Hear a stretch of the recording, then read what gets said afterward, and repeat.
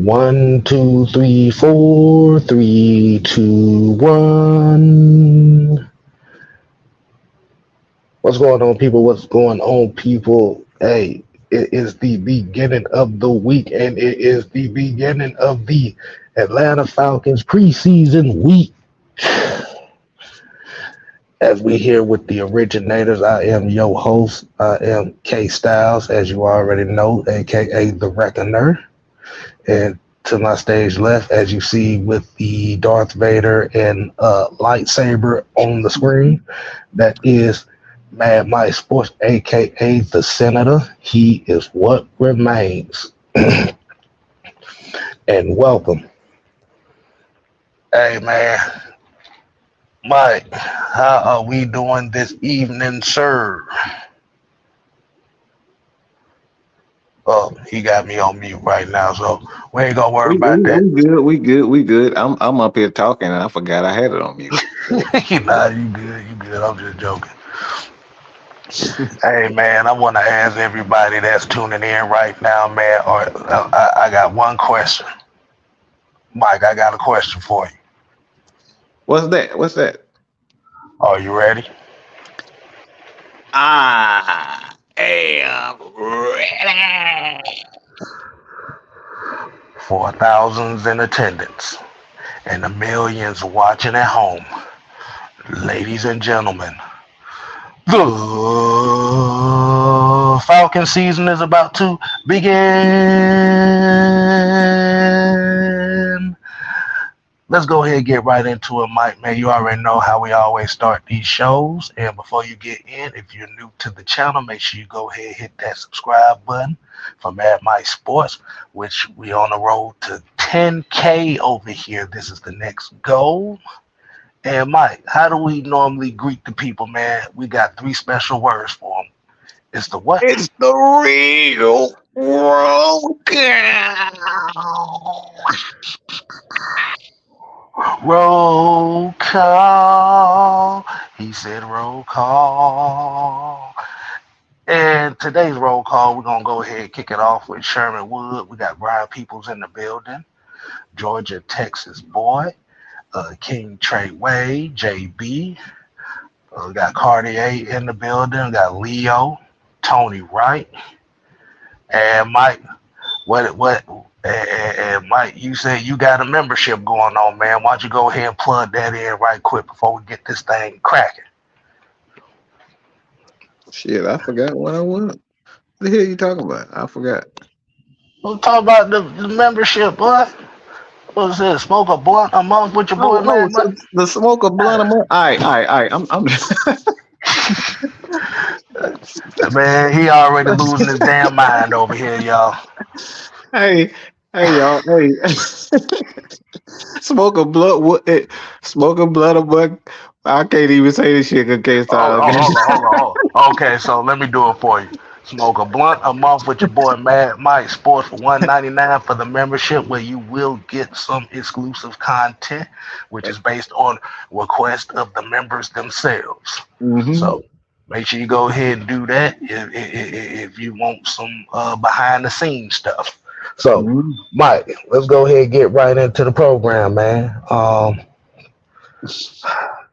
Like I said, I guess you were chilling. So I guess the chilling was good. Yeah, it was. Look, I think I woke up just about a good hour ago. So yeah, I had a good one. You lucky bastard. K Star done had a long day, y'all. I had a I'm long the day. one. It seemed like I done had a long day, but K Star done had a long day. Yeah, I just got off of work like about 40 minutes ago. So yeah, we're gonna go ahead and do this thing the right way. Like I said, we appreciate y'all coming in. So Mike, man, you had the idea for tonight's topic, man. I want you to go ahead and explain to the people what tonight's show is going to be about. Lord have mercy, I'm up here yawning and everything. You sure? So um, this particular, I wanted to kind of give a focus on the defense. I know so many people are so worried about Michael Penix. It's like I saw earlier today that people was talking about whether or not Bijan Robinson is hurt. He went back into the training facility and got on the quote unquote bikes. So I don't think there's a big issue. I mean, this to be expected going into um going into the season, preseason for the most part. Like you're gonna have some pull groin, some pull muscles. Like you're gonna have some of those issues. So that's nothing to worry about. But so like everybody's so focused on the offense, but we want to focus on the defense. And that was a couple of guys. That was a couple of guys. What? So we got this front seven. We got the front seven today. We're gonna be talking about the defensive line, the edge guys, defensive tackles, and the linebackers. All Because they right. don't get enough. They don't get enough respect. They don't get enough love. Right. Leo said you smoking that good shit over there. Um, I wish. I get a Cartier over here. He's selling off pit bull puppies right now. Um, How the hell you gonna sell pit bull puppets on the internet on a football channel? hey, What the hell? I mean, I'm not shit. going Hey, down to Florida to get no fucking. Never man. mind. Hey, shoot. Hey, look. If y'all want Hey, to get go this down over. to Florida or buy some puppies online, hit up Cartier wristwear with diamonds on them. All right, hit them up. Hey, you got some free advertising, man. You can't Hmm. say, man, Mike ain't did Look, I nothing. want I want a percentage off that $600 too. You didn't give me a bit. I'm good. But Tony right here said it hadn't been made official, but anytime now the 49ers are expected to trade Brandon Ayuk to the Pittsburgh Steelers. Said deal is almost finalized, so stay tuned.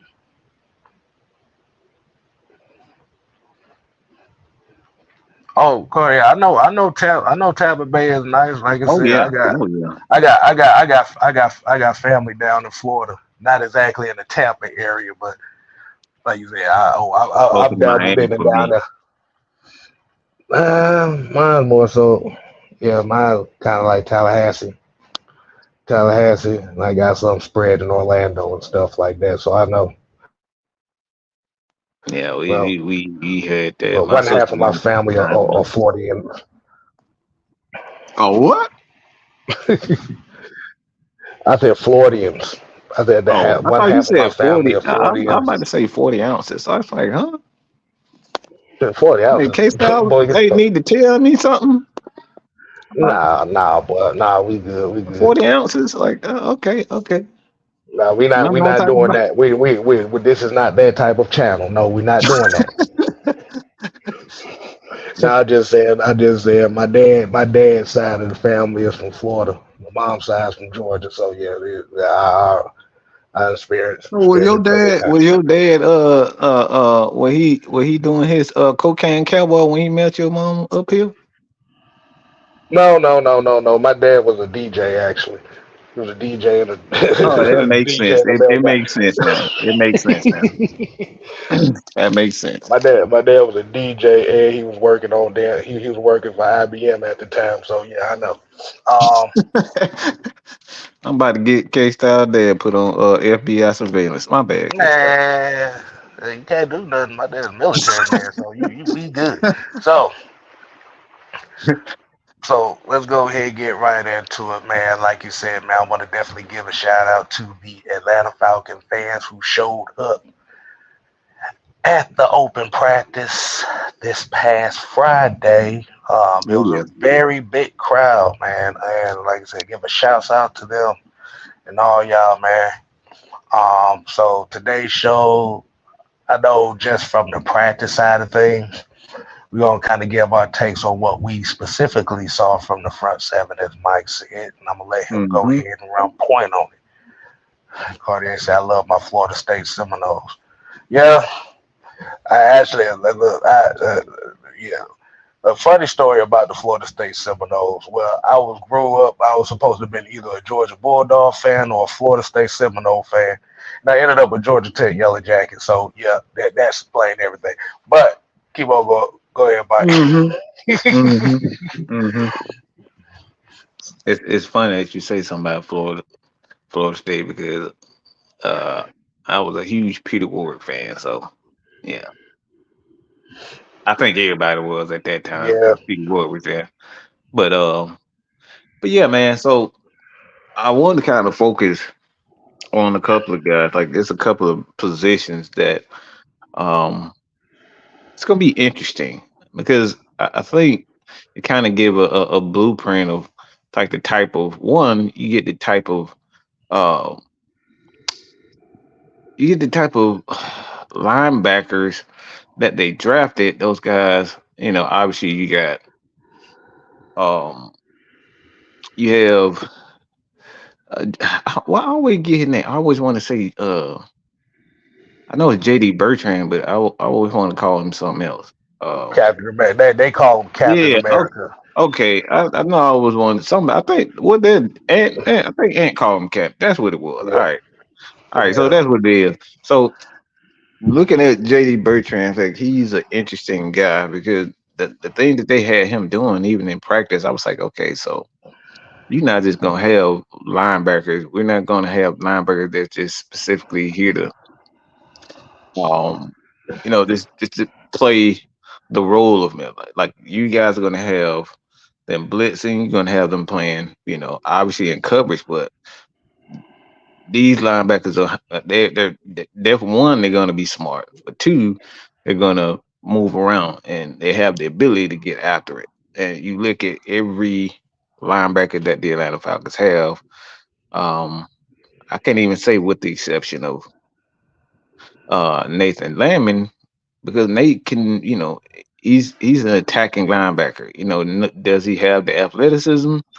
Probably not that the other guys have, but he can, obviously he got the green dot, so he can do some things. So looking at this defensive front, man, I think there is a interesting thing that I noticed, and then we talked about on Sunday. What the regulator is that you have Eddie Goldman, Grady Jarrett, and you have David Onyemata. And from what I'm hearing, K Style, you can kind of add to it yourself, but like I'm hearing Eddie really playing well right now. Hmm. So how well do you how like do you think this could be one of the better defensive tackle rotations with Eddie Goldman, Grady Jarrett, a healthy Grady Jarrett, and remember last year, like towards the end of the season, uh, Hmm. David Onyemata really didn't have. He kind of had a nagging ankle injury, so he couldn't play it 100%. So what do you Right. think about that three-man rotation for the Falcons? Right. Yeah, before I get to that, definitely give a shout out to one of our favorite ladies, Auntie Pam is in the building. Hey, And also our heavy hitters brethren himself, Mr. hmm Jew Talk Sports is in the building, y'all. Y'all make sure y'all show both of them some love. Terry Lloyd, appreciate you coming in. But as far as the defensive tackle rotation, um, like I said, main thing is just as long as they are able to stay healthy for the majority of the season, man. It's a lot. That's a lot of experience right there, and um, yeah, we actually had the opportunity. We didn't even really call it out when we watched it, but yeah, Eddie Goldman was out there doing his thing too. So yeah, I'm confident in those three in particular. Like you said, just for the experience itself. Um, Eddie Goldman shouldn't have no wear and tear on his legs because his ass ain't played in damn 2 years. So so yes, he got his Well, name back. He got his name back. We was calling him defensive tackle number 99. So he got his name back right now. Um, and I think the punch in the arm of having the rookies like a Ruke and a Brandon Dorless, a Zion Rouge, definitely is going to help push these veterans to kick it up a notch a little bit. Mm-hmm. Um, Especially coming off the fact that not even just a month ago they rated this Falcons, especially particularly this Falcon front seven, as one of the worst in the league coming Mm-hmm. into this year. So hey, hey, I'm down. I love it. Like you said, they just have to stay healthy. That's Mm-hmm. all we asked them to do. Mm-hmm. And the reason why I'm saying that is because the focus is on the edge, and we're trying to figure out like who's going to be that guy for the edge. It's going to lead the edge and pressure, sacks, and things of that nature. We even hearing that Grady Jarrett might have some snaps where he's coming off the edge. What I'm hearing from Raheem Morris, so it's going to be a nice little rotation for this Falcons. Like I don't think you're going to get a gauge on exactly what these guys are going to be doing up front. Like they're going to be mixing and matching all season. Mm-hmm. And like Juice said right here, like you got Taquan, Rook, Street Doorless, like that. Those are guys, and we haven't even mentioned Zach Harrison and how he's coming along too. So it's like it's gonna be an interesting team, man, to watch. Well, and yeah, and like I said, definitely shout out to it. And kind of going back off of what you was talking about with the Grady Jarrett and where his alignments are is just from my observation from that pressure from that practice is I saw Grady Jarrett lined up across the left tackle quite a bit. Mm, So they might be running him a little bit wider mm. in that three So four defense. so you telling me he might be doing a Adrian Claiborne?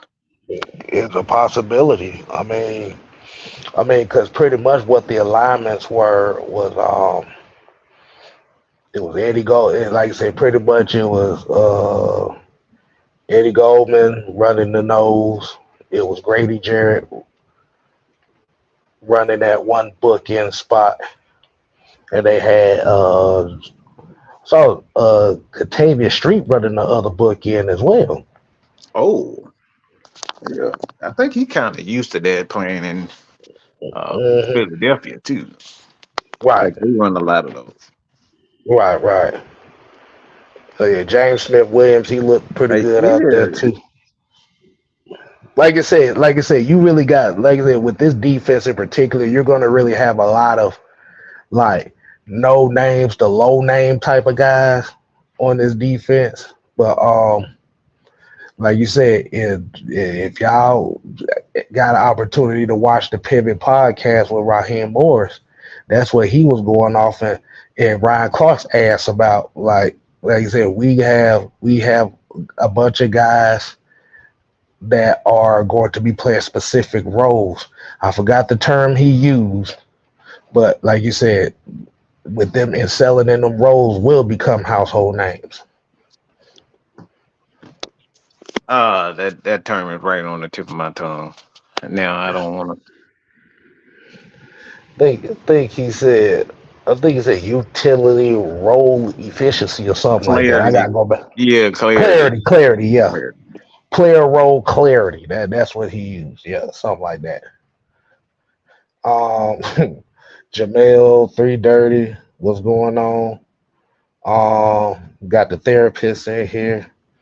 Dirty here said Goldman hangs in there. He has a strong body in the rotation, veteran, big body, run stopper. Definitely agree. Like you said, the Mm-hmm. main thing is going to come with this D line is they're going to have to be healthy enough. Um, so yeah, based on your question, Mike, like you said about those particular three, I'm expecting a better season from them.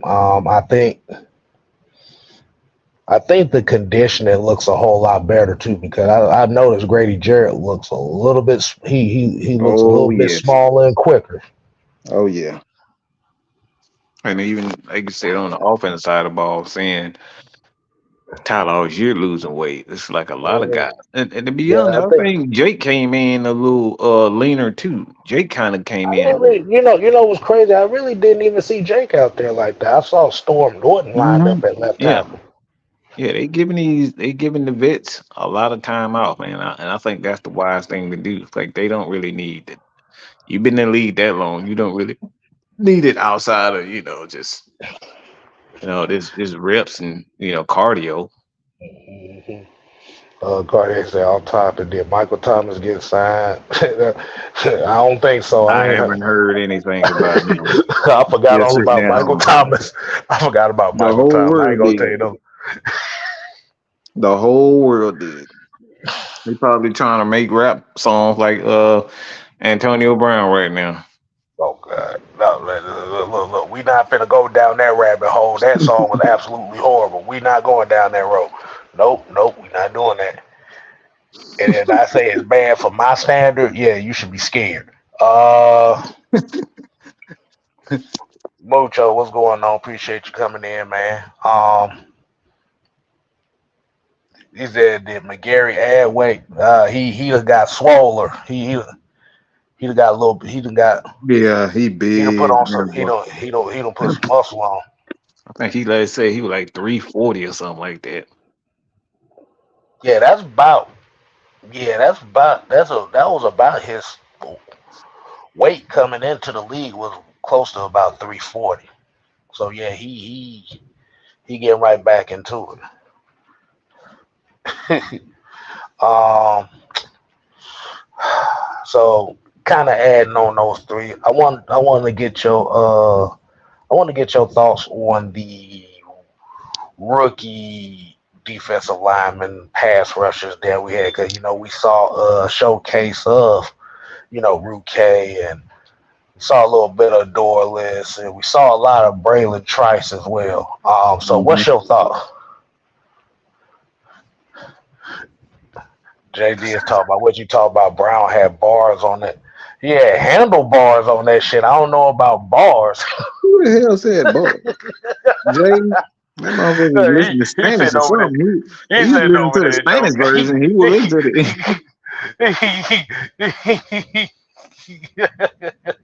He said, outside saying everybody can't be Dave Leonard in the booth.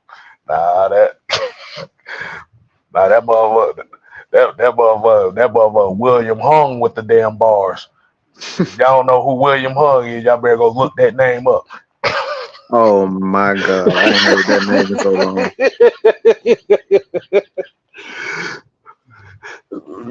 Don't look, y'all hear the beats and say the song good. Like, no, the song ain't good. The beat is good. That's what y'all hear.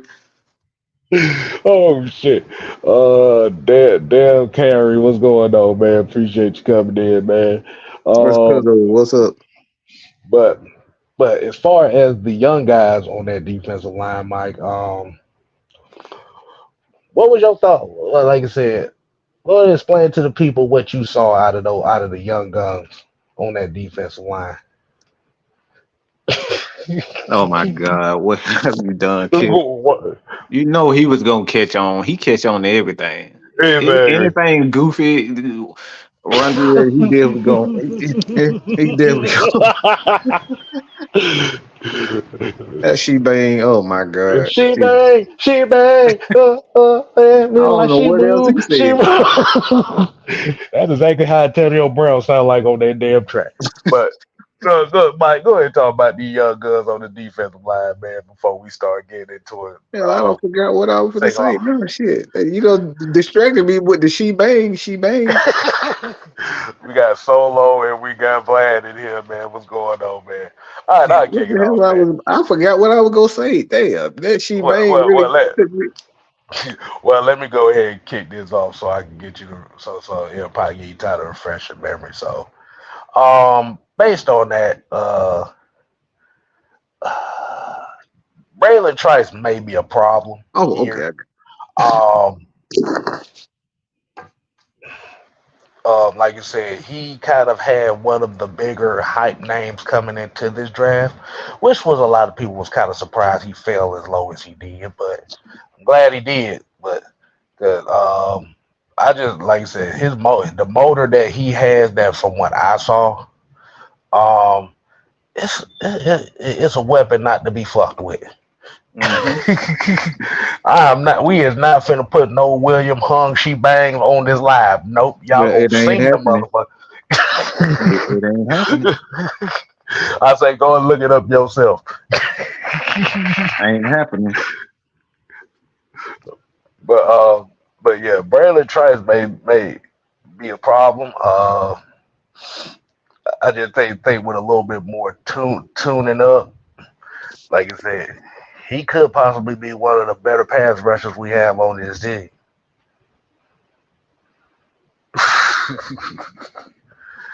um, let's see. Drady said, "I'm at the point with our front that we see it when it happens, but until." And like I said, you got a right to think that.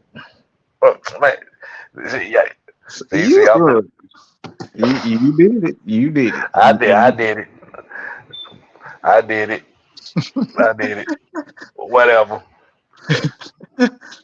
Um, but yeah, like I said, Braylon Trice got one of those motors that could be very beneficial off rip for this defense. Mm-hmm. Especially with him kind of being behind Lorenzo Carter. And, that I think 9 times out of 10 I guarantee you that's his bet. So he's gonna get some good stuff going on. Um, so what do you think about Braylon Trice, man? Man, I think he gonna. I think from what I'm seeing, man, that dude gonna have a hell of a career. Um, the Falcons have yet to kind of find their way as far as like um they haven't had the best of luck when it comes down to a lot of their edge rushers. Like injuries have always played a part in what we've been able, I guess, the bad luck. Like that's it. With what you got, Big Beasley. I think Big Beasley a lot better than what people you know give him credit for. And then you got Tack McKinley. He's had injury issues, and we got the fake Ludacris who came in, and I don't know if he was injured or he sucked. But he had a lot of he did have some injury issues, but um, and then you go to guys like uh, uh how you say that Ade Kumpo. Well, how the hell you say a damn thing? How the hell you say his name? All the Decumpo Ogundeji. Oh, Gumdeji. Okay. All right. So I was close. So You were close. You were so close. so like they've had guys that I thought was gonna be there, and I still think guys like Takeo and Graham is going, he's gonna have an opportunity to kind of, add a little bit to that. Uh, he's gonna be add to that to the to the pass rush, and I think the thing is with him, we got to give him a little bit of leeway because he, like Kyle Pitts, is coming back from a torn MCL. It's ironic. Both of them guys kind of had the injury around the same exact time. So it was weird in itself. So, we'll kind of get him Man, in his full what? role. And then the guy that so many people are just they're not focusing on right now is Rook, man. Rook. I say Rook, man. It's like You think he's you been a think quiet guy. He's been a quiet guy. so? Do you think Ru K might be the standout on this defense here? I do because there was he was the first guy they went after. So it's like you go after the first one. Obviously, you seen something in him, and then you got Dolis. A lot of people, like his size, and he's what we may call um I wouldn't even say a mini Rashid Hateman, but he kind of had that body. He's kind of had that body makeup that he does. So it's like the Falcons really have a good defensive line where it's these guys gonna shock some people, man. I think they're really Oh, gonna shock. man. But like you said, you hear we talking about okay, so 330 has a question here. It said, how did you see the coaches interacting with the players in the semi game situation so far? Absolutely, absolutely did. Raheem just will not sit down. Okay, that Right, dude is right, energetic as a mug. right. Raheem gonna have to walk around with a book bag full of damn Gatorade, cause that motherfucker gonna catch a stroke out there the way. That yeah, he He never gonna catch a stops. stroke. He He never gonna stops. catch a stroke. That boy don't stop. He But never like stops. you, but that explains why the players seem so more relaxed right now because it is that, and this is what we talk about. It this team being a little bit being different than what we've seen the last few years because you can kind of see the energy is different. The energy sounds more positive. They are a little bit more looser now. Hmm. Like you said, when it came to Arthur Smith, like you said, you had the honeymoon phase year one, but it seemed like it never got better. So Raheem Morris, that mindset in itself is a very big plus for this team, especially when you have a team full of young guys. Um, hey man, I love it. The motherfucker got Kirk Cousins out here cussing up a storm. Hmm.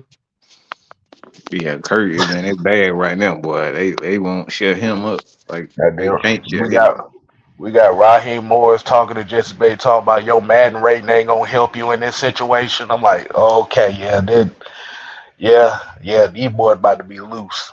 Hmm. not the These boys not the about to be man. loose. And the one thing dangerous about certain players and stuff is when they feel like they don't have a leash that they can just free. Hmm. But D Slaw, what's going on, man? Yeah, I think Mike just answered that question, man. He said, "Who do you think see him breaking out this season?" Okay, so I know we kind of talked about the rookies, but as far as the overall defense plus the veterans, who's getting the breakout season on defense this year, in your opinion?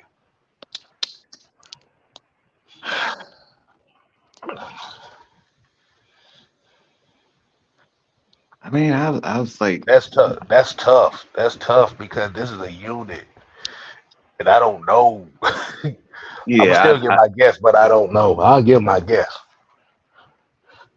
I just gotta say, man, like honestly, I gotta stay with what I said before because we haven't seen this defense yet, so it's kind of hard to figure out like because they might want to specialize in a certain area, blitz, and it's like you don't know what they're going to do defensively. So it's like I'm just gonna keep what I said all season long is Zach Harrison. It's like I just think he has the athleticism. I think he has the skill. He came on strong.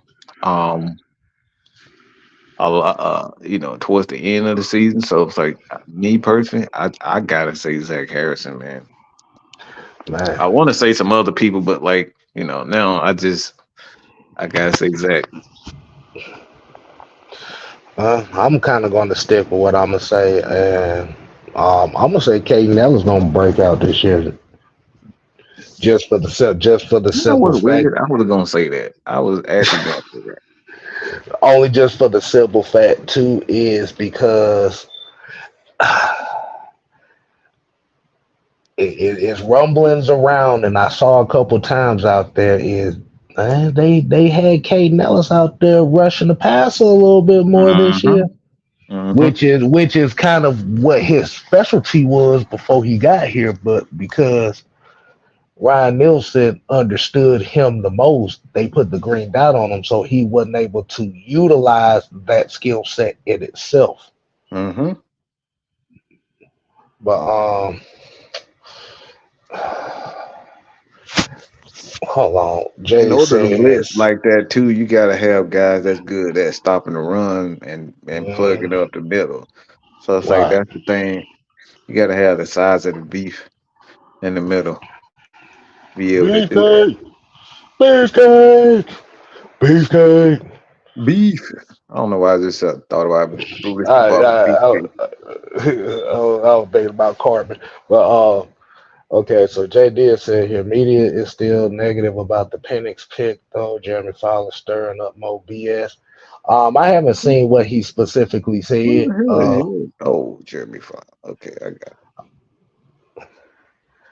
Um, 330 said Zach Harrison had a few strings a little bigger than his tape measure say. Yeah, because he actually came into the league, and Mike could tell you, actually, well, 330 knows too. Like I said, Zach Harrison was one of my guys coming into the draft a couple years ago. Now, he done got bigger. He done beefed up about 15 pounds, so he's right closer to that 285 range, 290. Mm-hmm. But he still has the athleticism, so that's going to help a lot right there. That's Mike. There goes your Rasheed Hageman, Mm-hmm. goddamn Yeah, style player right there. because I've been, y'all know, I've been saying for quite some time that a guy that size and with that skill set, like that's what you need on every defense. hmm I can see Ruke bringing some heat as a pass rusher when Clemson used their lineman normally doesn't give them a chance to really pin their ears back. Yeah, that's well, like I said, I was kind of unfamiliar with Ruke coming in. Like I said, Mike knew about him more than I did. So he was kind of a new thing for me. But like I said, just looking at it, yeah, I could definitely see that. William Amy, what's going on, man? Appreciate you joining us. Marcus Bell here said Bijan will rush for 1,000, catch for 500 yards. Well, shit, he did it last year.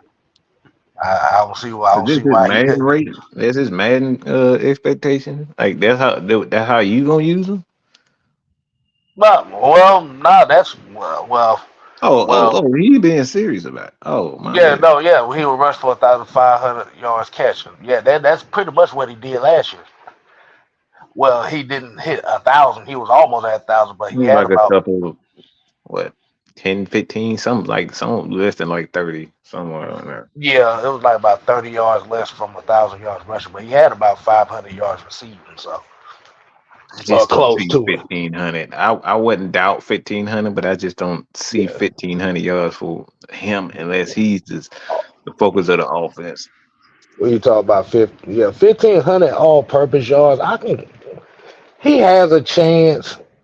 He has a chance, but like you said, it's just really gonna depend. Like you said, with them pretty much making Kyle Pitts the vocal point of this offense, we definitely gonna say. So I'm saying, is his name Rook? Who is Rook? I don't goddamn know how to say his name. Shit, I'm still learning. Don't do me like that, man. The Solo over here starting shit again. Man, ain't nobody trying to hear that political ass shit. Know the Rook, hell Africans be saying they probably ain't spelled the shit right.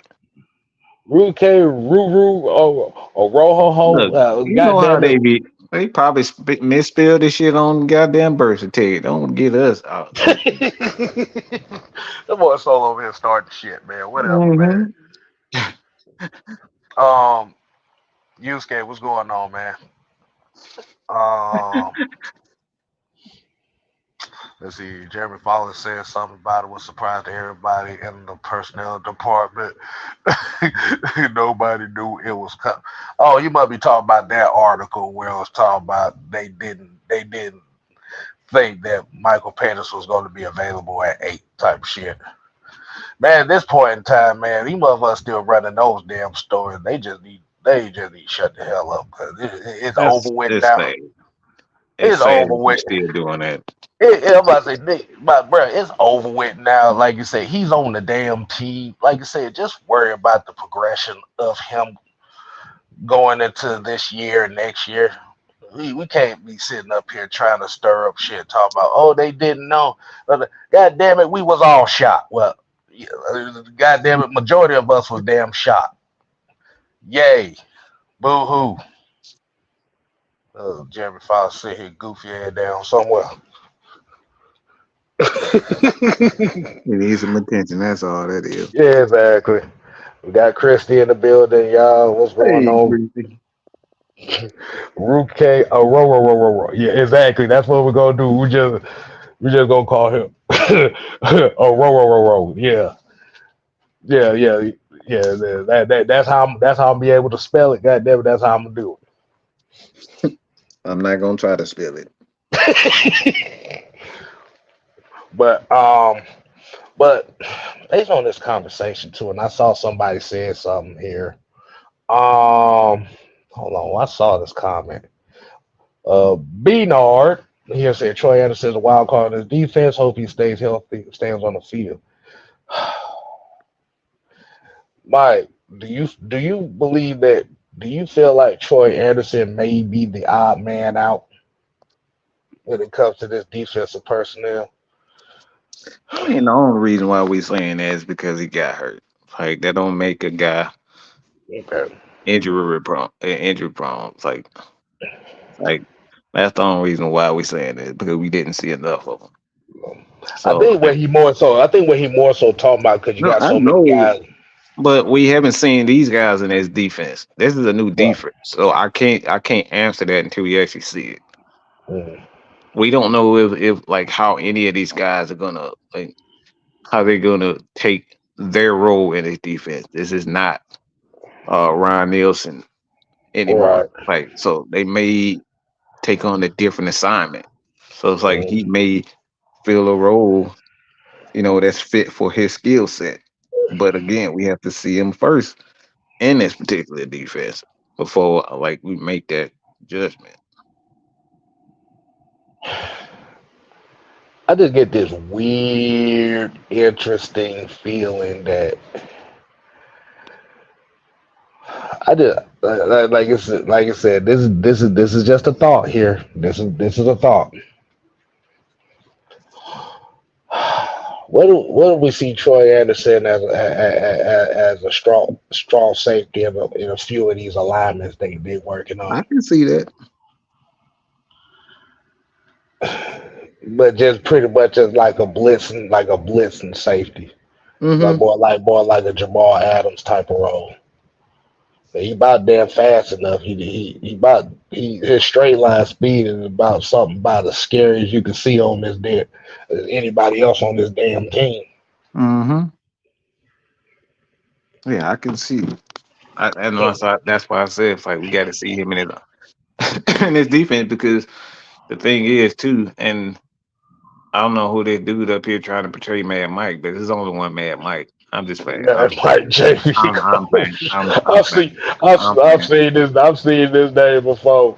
No, I know. I'm just playing. I'm just playing. No, No, bro. he watches. He's been watching for a No, minute. no, no. But I know him. He cool people. I know. yeah, It threw me off guard for a second. I'm looking like, I'm like, man, Mike, I know I'm JV coach. not I'm like, commenting on. I'm like, I know I ain't look. I'm taking my phone. Like, I know I ain't. I didn't cut. So yeah, so it's like this defense is gonna have pressures coming from all over the place. So that's why I'm not going to answer that.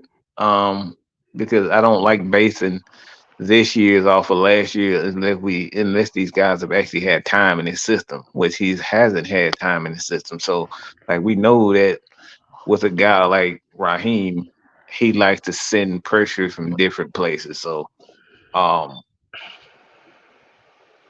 yeah, I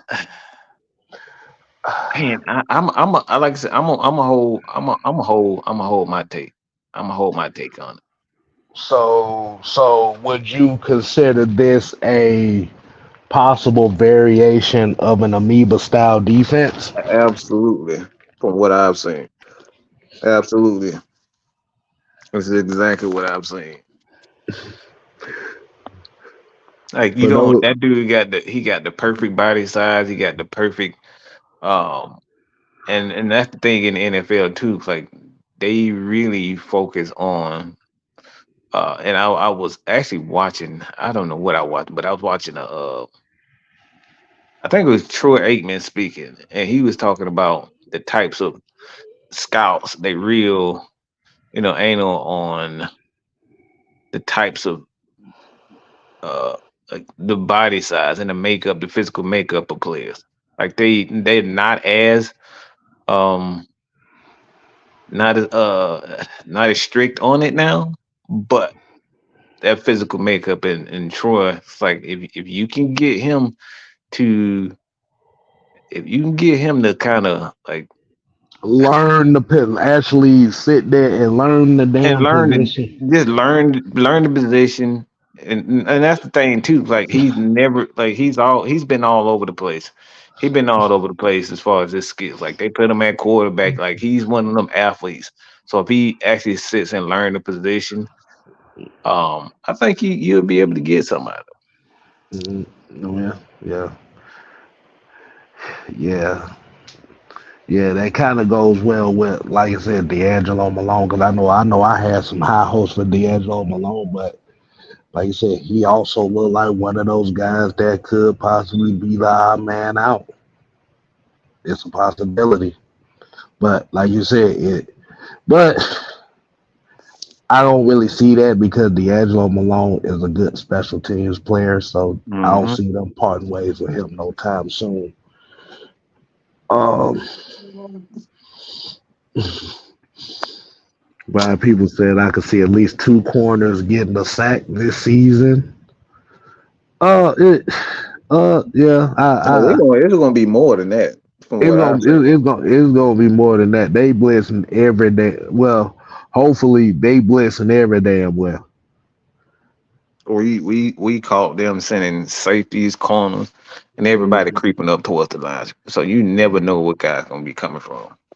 Yeah, so pretty much they're gonna put a lot of their trust in these corners, which a lot of the fans have been looking at these corners and kind of been skeptical and kind of scared for them. But they're gonna be trusting these corners to damn hold up somewhat because they gonna be sending some shit. They gonna be sending the house on quite a bit. Cause Hmm. these boys had JD Bertrand blitzing up the middle. That motherfucker right there. Oh Lord have mercy. We see we not gonna go down that road right now. Let's just Nope. let's just say yeah, they got like they gonna be blitzing a lot. A lot. Yeah. Um yeah, like I said they didn't use Clark, AJ, and Troy as blitzers. Yeah, and like you said, it's pretty much everybody from linebackers to safeties to corners. Like you said, they blitzing everybody. Like you said, whoever is going to be the corner two, whether it be Clark Phillips, Mike Hughes, or whoever, and AJ Terrell, they Hmm. really gonna have to step their game up this year because they're going to be trusting them to hold up in man coverage Hmm. based on what I've seen. Yeah. So hey, it's understandable. Um, let's see what time is it. What time is it? Um, let's see. We got about. I say we get about 10 more about 15 more minutes. Um, Mike, I want to go ahead and talk about this year's Hall of Fame class. What did you think of it? For those that don't know, this year's NFL Hall of Fame class includes the likes of former Falcons, Dwight Freeney, Mm-hmm. Devin Hester. We got to see the likes of Andre Johnson, Patrick Willis.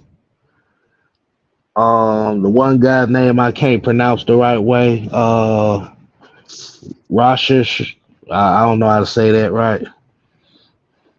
And Steve Mondo McMichael. Grandishaw, that you talking about? Yeah, Grandishaw. Yeah, Grandishaw. I don't know why. Like you said, every time I saw his name, I'm thinking about the Hawks' goddamn rookie name, Ricochet and Richard shit. Sherman. I'm like, oh, Grandishaw, Rich. Not like goddamn whatever. But what did you think about this year's Hall of Fame class? I want everybody that's watching to kind of give their thoughts on it. Like I said, Julius Peppers, Patrick Willis, Andre Johnson, Devin Hester, Dwight Freeney, Grandishaw. I want to get y'all thoughts on that, man. First of all, I'm not even gonna pretend like I know who the hell Grandishaw is.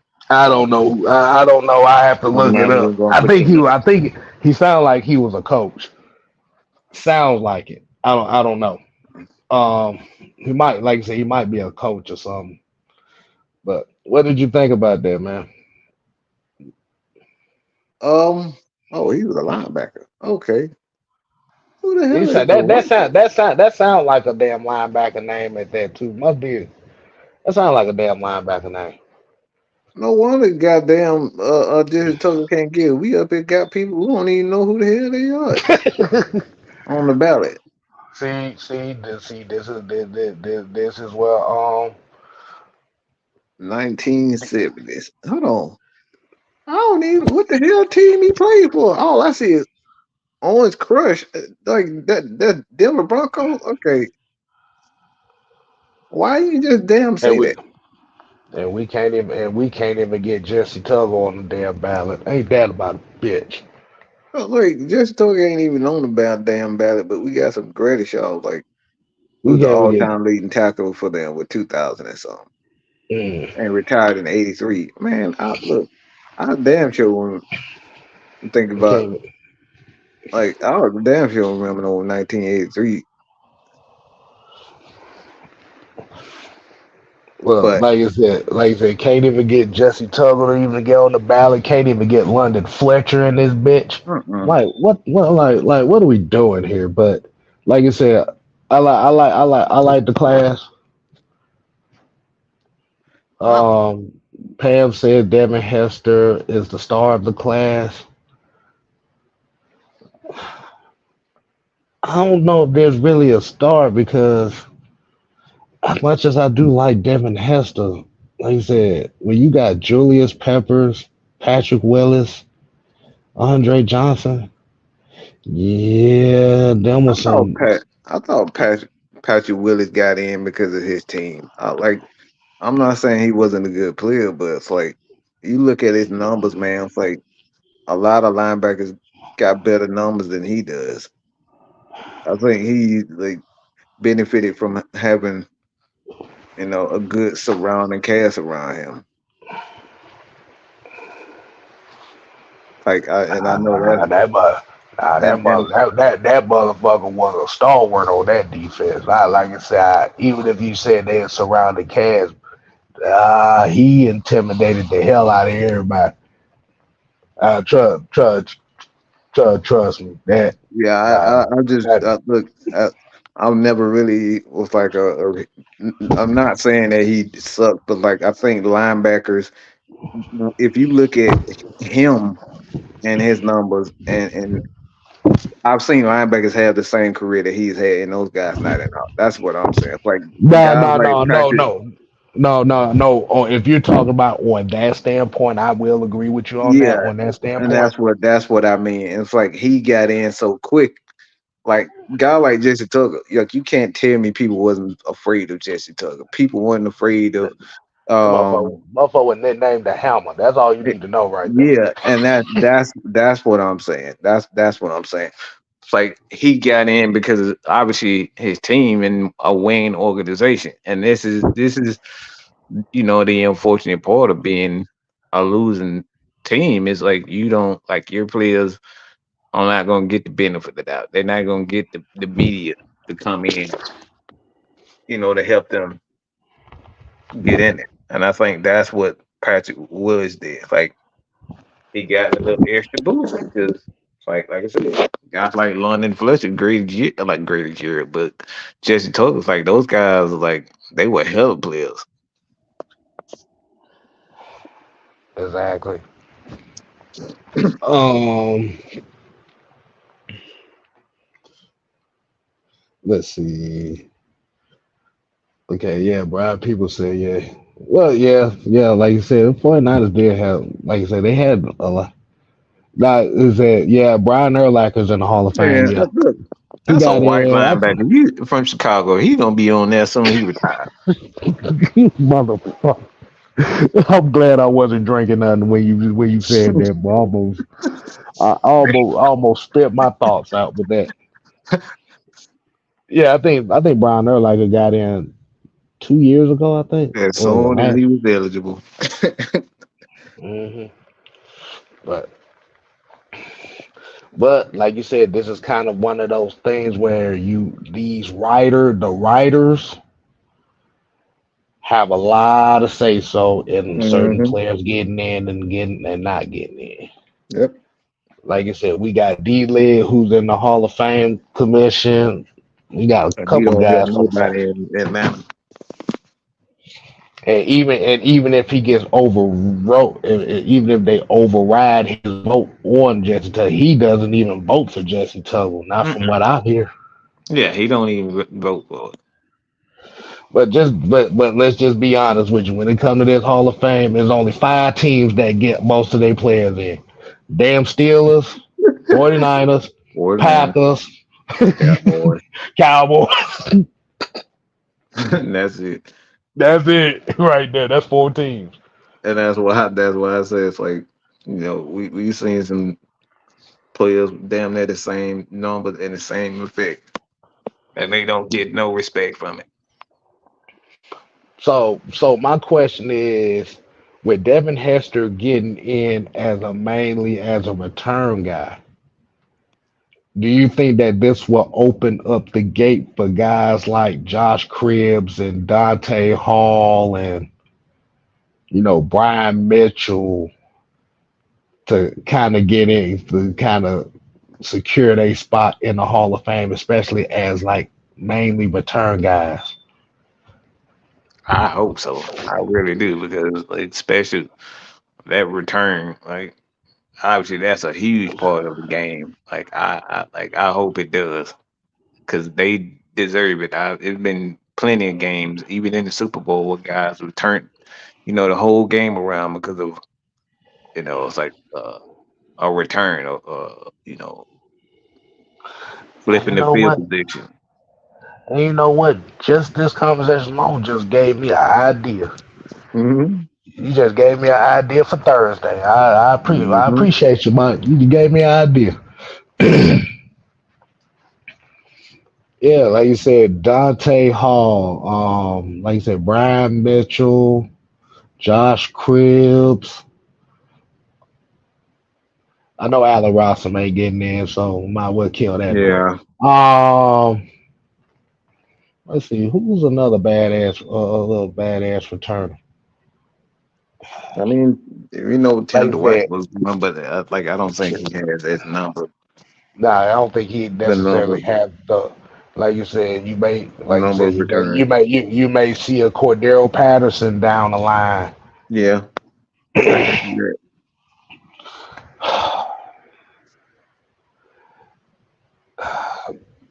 I would say here Hakeem, but I don't know if he got the numbers neither.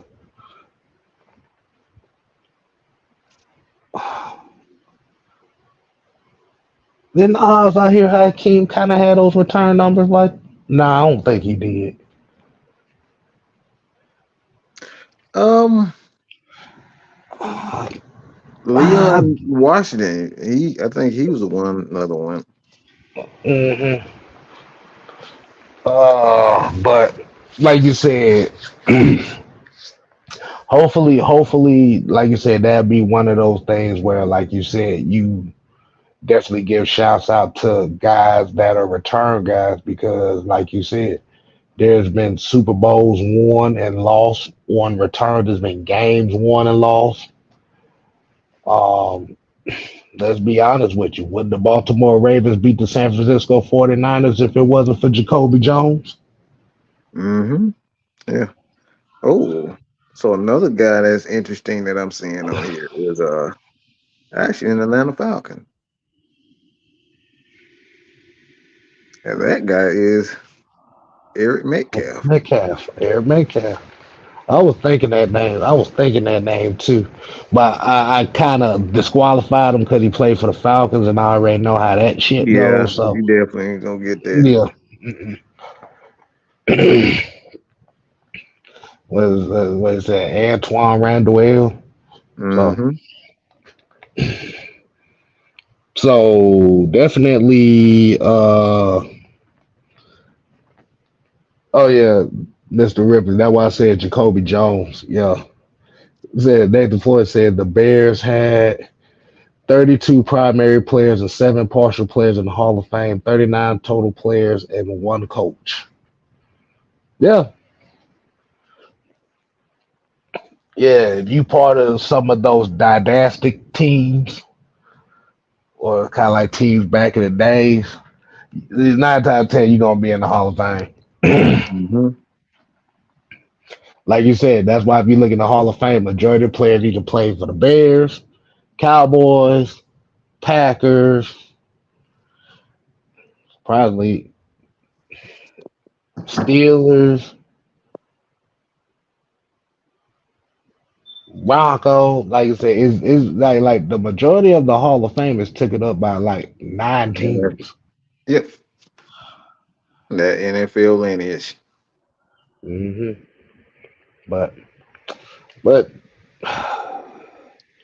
with the new kickoff rules they got going on this year, or well, I ain't even gonna say the new kickoff rules because ripped off the they Mm-hmm. ripped off the XFL kickoff rules. Hopefully, we start, like I said, when the season start, we'll see some more exciting plays on the special team side. Give guys opportunities to make something.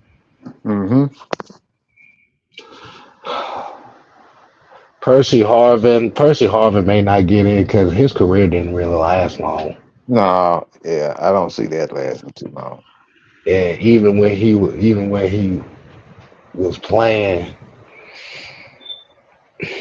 I don't think it was that much of. I don't think the impact was enough for him to really get in the Hall. But he was No. a badass returner.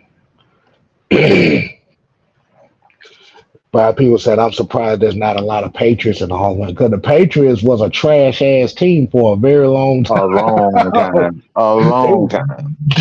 they was on some book. They was a bad team for a long time. See, people think with the Belichick Tom Brady era that the Patriots have always been this franchise of just winning.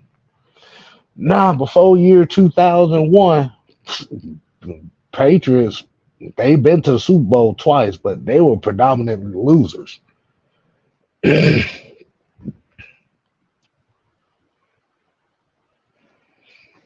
But we're gonna go ahead and wind it down. Like you said, we actually have another live coming up for the wrestling fans. It is the exclusive world of wrestling where OG Truth Hurts. Got LT main event. You know, catch a couple more guys, and they're gonna be talking and reviewing WWE Summerslam 2024. I think for the wrestling fans that may be watching this, or the wrestling fans that tune into these live, I think you'll find that review to be very interesting. So we're gonna go ahead and wind it down. Mike, you got any last words you want to speak on It's before we? actually going to be in here, so I'm just trying to get these ladies in front of a gun to get actually in here so we can start part two of the show. But they not in here, so Yeah, we got the guy in here, but yeah, everybody else is not in here. So LT, if you're actually watching the show right now, get your ass in here so K Styles can introduce you guys, and you can take over the second part of the show. So yes, K Styles, yes. Okay. Okay. You you want to get him in here and kind of get introduce himself. Hold No, on. let's take some more questions. Just some more Yeah, questions. take some more questions. Okay. Let's see. I'm about to say we might well just go ahead and wind it down. Cause I'm about to say, Gene, I'm about to say we got the other live that has the wrestling channel. No, no, no, no, no, The no, no. wrestling. We changed it. I changed it, kid. You changed it. Yeah. Oh, so we combining it right now. Yes. Yeah, K Styles. Oh And wow. they're not here. So y'all Lord. getting a backstage argument from y'all getting a backstage argument from Mad Mike on live air. What the hell? Yeah, because I was about to say I saw the notification. Yeah, Um, you did, K Thal. You saw it, they saw it, but they still not in here. I ain't know. Look, I don't know if they. I don't know if they still thinking it may be a 740 show or No, no, whatnot. no, K Styles. No, I told them. You're killing me, man. You're killing me. Look, look, I didn't. we I ain't don't know none of this argue. Let's shit. have our own pay-per-view match right now. Since you sitting up here trying to take up for them. I told them, K Styles. They should know this. Well, motherfucker, you didn't goddamn let me know about any of this I didn't shit. let you know, but I let them know. Well, So then I'm stop the taking host of up the for. some bitch. I'm the host over here. Look. Like I said, you let me know. How about that? Hold on. What's they stop bucking at me? Like what? Like what are we What? doing? Do I have to put up a? Do I have to put pull a dirty dom on you? Like, nah, motherfucker, if you gonna start kissing somebody, you gonna start. Nah, we ain't doing that I ain't bullshit saying around that. here. I ain't say nothing about the kissing part. I said the dirty Mm-mm. part.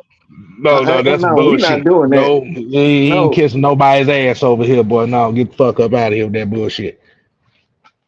Oh my You god. supposed to let a boy. You supposed to let a brother know about what the hell going on.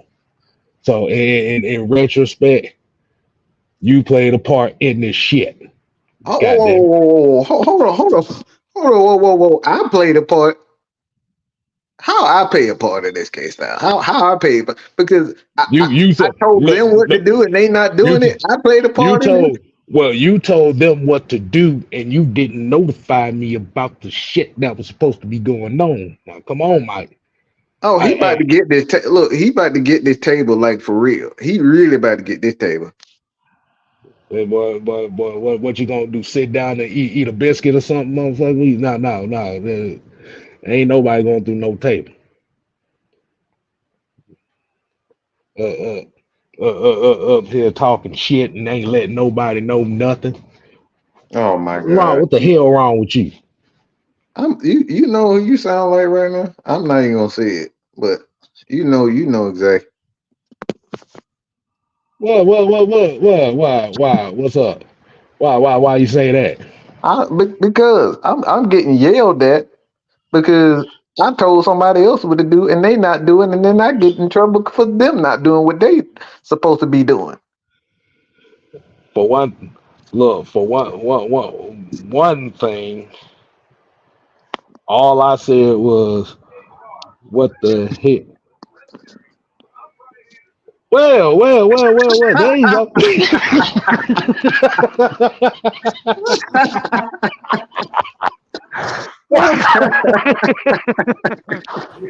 And that people is brought you by the by the back by the behind the scenes everyday arguments that we do have. This right here, y'all. This bad by fault. Okay, it's always this. Lord have mercy.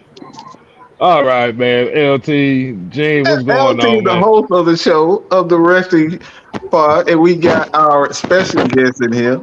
You guys have seen him on obviously on the heavy hitters, but we got him live today. And we talk about this. We talk about this. So I'm gonna scoop to the side, get off the table, and I'm gonna give the table to the table.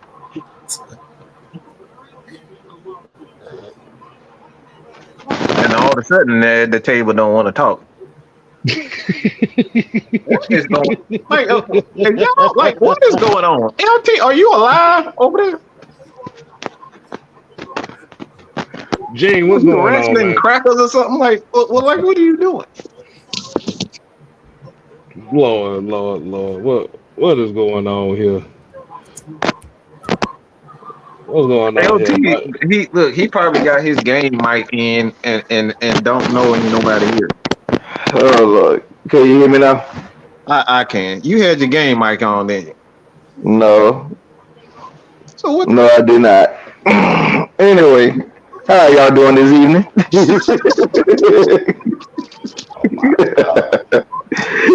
Oh my God. These motherfuckers gonna give me a heart attack. I did nothing. I did nothing. Ladies and gentlemen, how everybody doing this evening? Tonight we are discussing this. Welcome to our wrestling show, the one that we usually do after pay per view that I host. Of course, you already know, Senator Palpatine up here that want to be a jackass all the damn time. And then, What the hell? Uh-oh. How the hell I get it? You shut the hell up, Kel. I'm trying to stall to make sure Yeah, that I'm getting. you. I did a great job stalling, and then y'all want to make. Oh my God! you started it. You and, started and, and, it. and while all this is going on, Solo still talking about I'm still waiting on he's still waiting on his plate. Oh no, we're not doing that. oh, We're not doing that. We're not doing that, Soto. We're not oh doing that. God. So, man, Gene, Hold on. Where is OG at anyway? we're Jay, not gonna bring backstage politics. Let's get to the wrestling. Okay, so what's going on, me and Gene as well? And of course, you have my brother K Styles in the building. And we're going to be discussing, reviewing on SummerSlam that took place this past Saturday. So, to kick off the show, we kick off with the first match of the night, which is Liv Morgan taking on, defending her championship against Rhea Ripley. And of course, a lot of us probably saw the results that was going to come. The match to me personally was very gimmicky, if you will. It wasn't really much wrestling going on, which is very surprising because Rhea is an excellent wrestler, and I've seen Rhea put on decent shows, so it was just kind of, you know, mind-boggling a little bit to not see them actually put on a wrestling match. It was more so like a gimmick match to fit the storyline. But that's just my personal opinion. You know, I want to hear. Well, let's go with Mean Gene if he could speak real quick. Let me get him real fast. There's a lot. Yeah, there's a lot walking around. A lot of the matches outside the ring. You know, that whole I dislocated my shoulder thing was. That shit was crazy though when she went outside and fucking rammed against the table. I was like, what the fuck is this? And they're trying to say that wasn't even real. Like her shoulder was fine. So Of course, for sure it was fine. Come on, bro. well, the camera angle they had at first, it looked. I guess it looked bad, more bad than it actually was. I think necessary. I think kind of what you was talking about with LT with that match. I don't think it was necessarily for the match itself, like you said. It was There's a more lot of story storytelling, based. not like there's not a Yeah, lot of fighting. What yeah. made? Oh my God, I was so pissed off. I did not like it. I don't look. I want to see wrestling and storytelling, but I don't want to be feel like I'm watching all my children or Real Housewives. I don't care about him kissing Live like, okay, if I'm not kissing her, who cares? Like I don't like what's the Wow. point? Wow. Look, I man, mean, Liv is I just a mean, glorified stripper, man. she a what?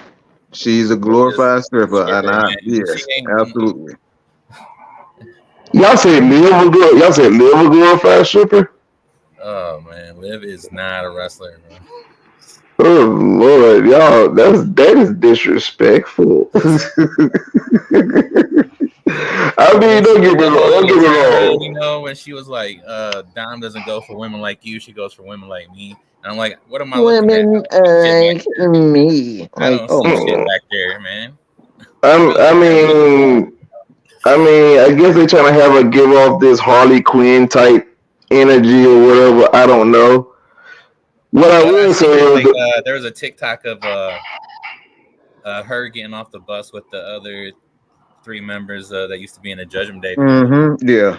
today. I seen that. I'm like, okay, bro, they just want to fuck you so up. so here's the thing about that though. Like we, of course, most folks saw Dom turning on Rhea. I know during we was kind of doing like a little mini watch party Saturday, and Mike said something that I do totally agree with, which is you don't need to turn Rhea face because Yeah, face for Rhea doesn't work bait. because it goes against her personality. Like what makes her character so likable at this point is because it's actually her playing herself. The goth bull, the evil look, this, that, and third. Not saying the girl's just a mean chick, but the little scary vibe or whatever. That's her. So you trying to turn her to a face and make Dom like this super hated guy, which you didn't need to do that because he's already a super Yeah, hated he's guy. already, yeah. Like it just didn't make sense for that to take place. This whole And turn doesn't make sense. That whole mess trying to turn Dom The to old be more hated than what he is. yeah, I think the old the because since we're seeing that the face turn is here, the only way that you're going to have to make it work for her is you're going to have to make her one of those monster heel tweener type of characters because like you said that dark goth personality is not befitting of a face. Mhm.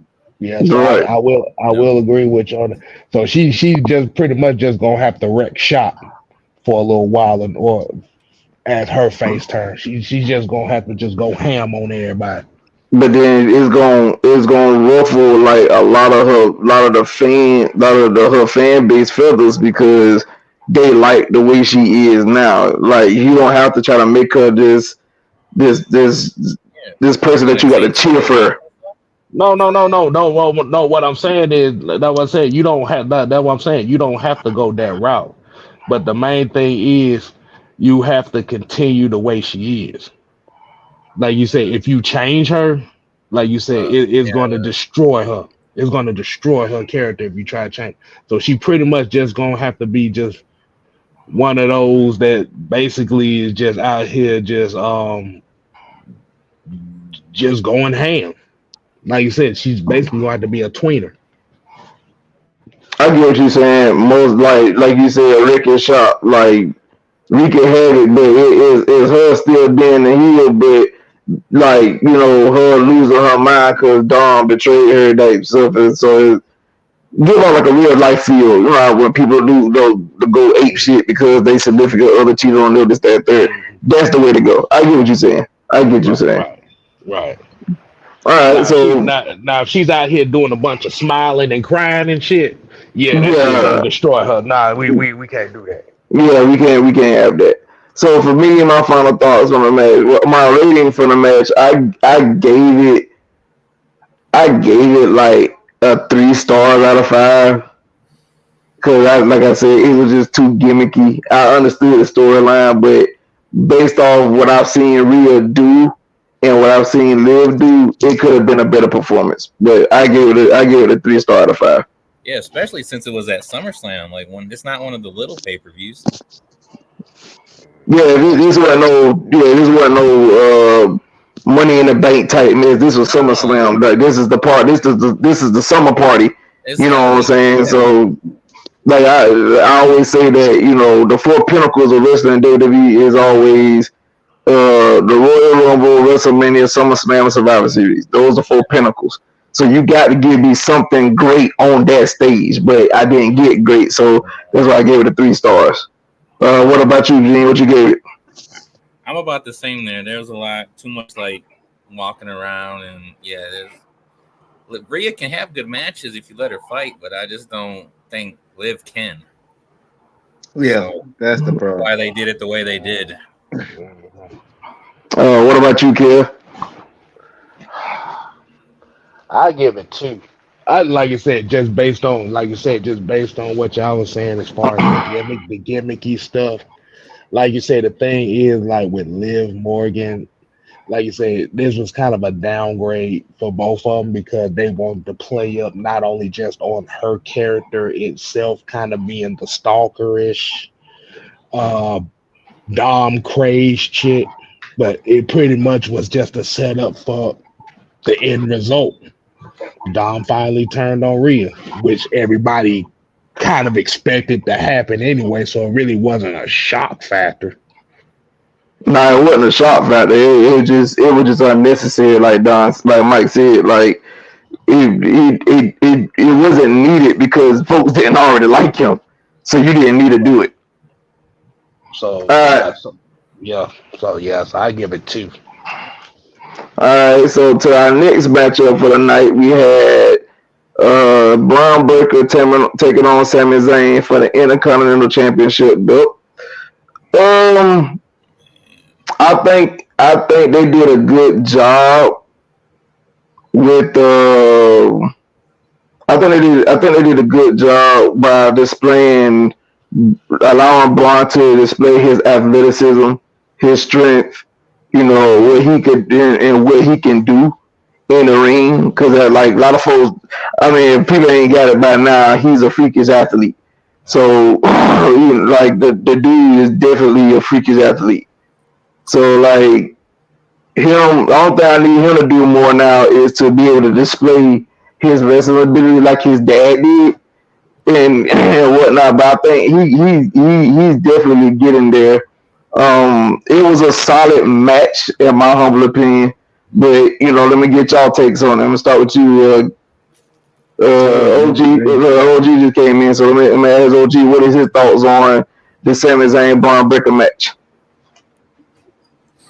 I mean, it was pretty much it went how I thought it was gonna go. I kind of thought it was gonna probably a little bit longer.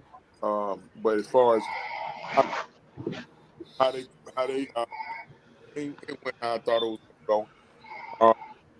Braun still got a little work to do, but he's getting there.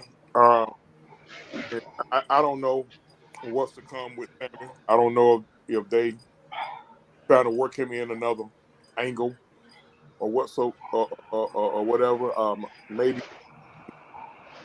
I'm pretty sure gonna try to keep that strap on Braun for a minute. So I give the match. I give a match a solid B. Okay, me and Gene, what your thoughts on the match was? Yeah, I give it a 3.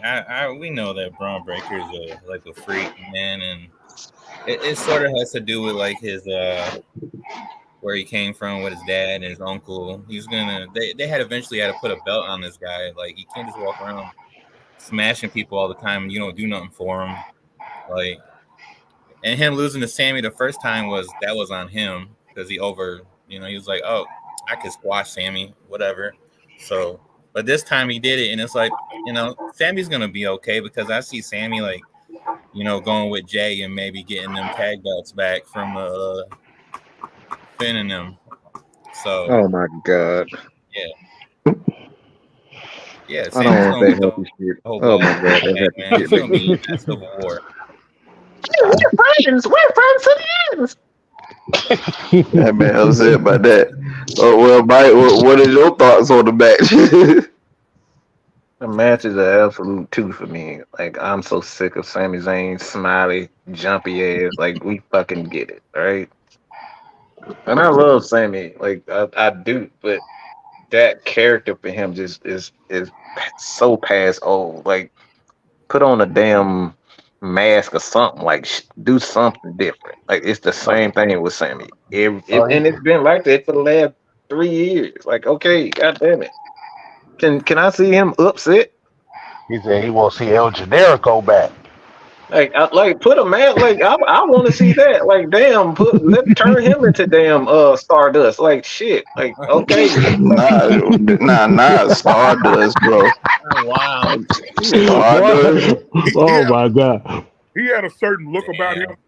He had a certain look about him when he was leaving the arena. So, could we possibly see a heel turn? I don't know.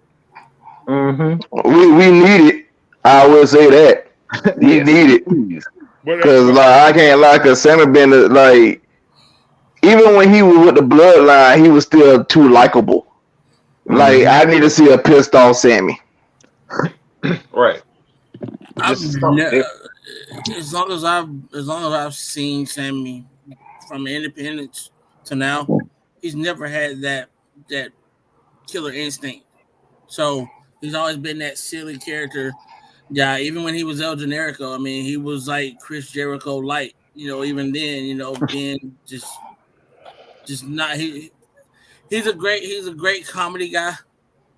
He's like the white. I would say he's the white R-Truth in a sense. I mean, Okay.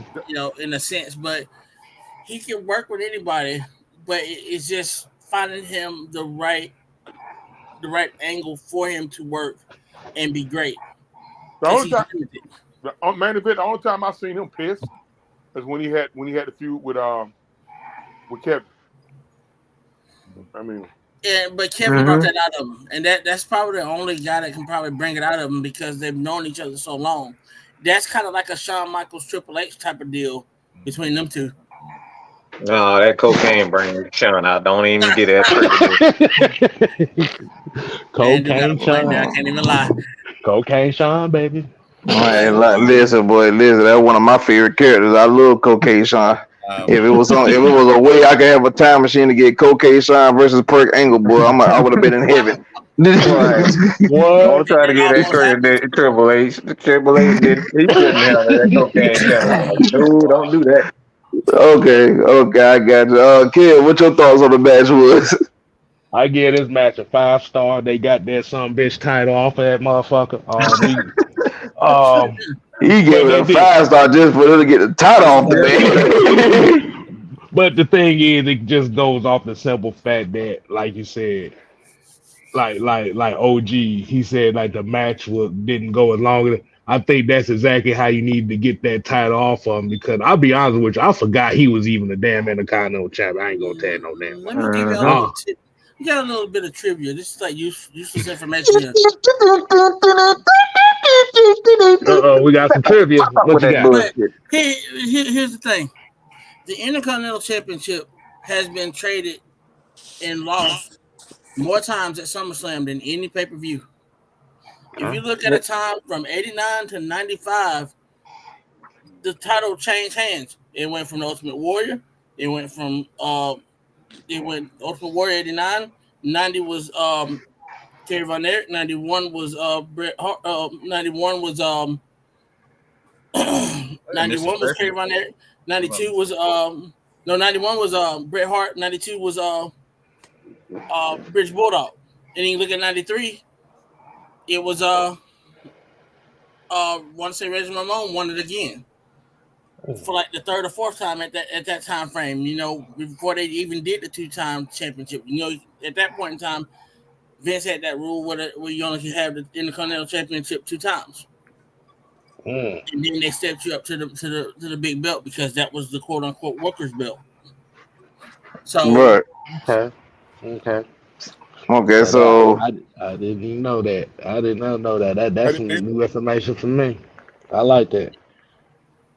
All right, so the next matchup on the pay per view, if I'm not mistaken, it was oh god,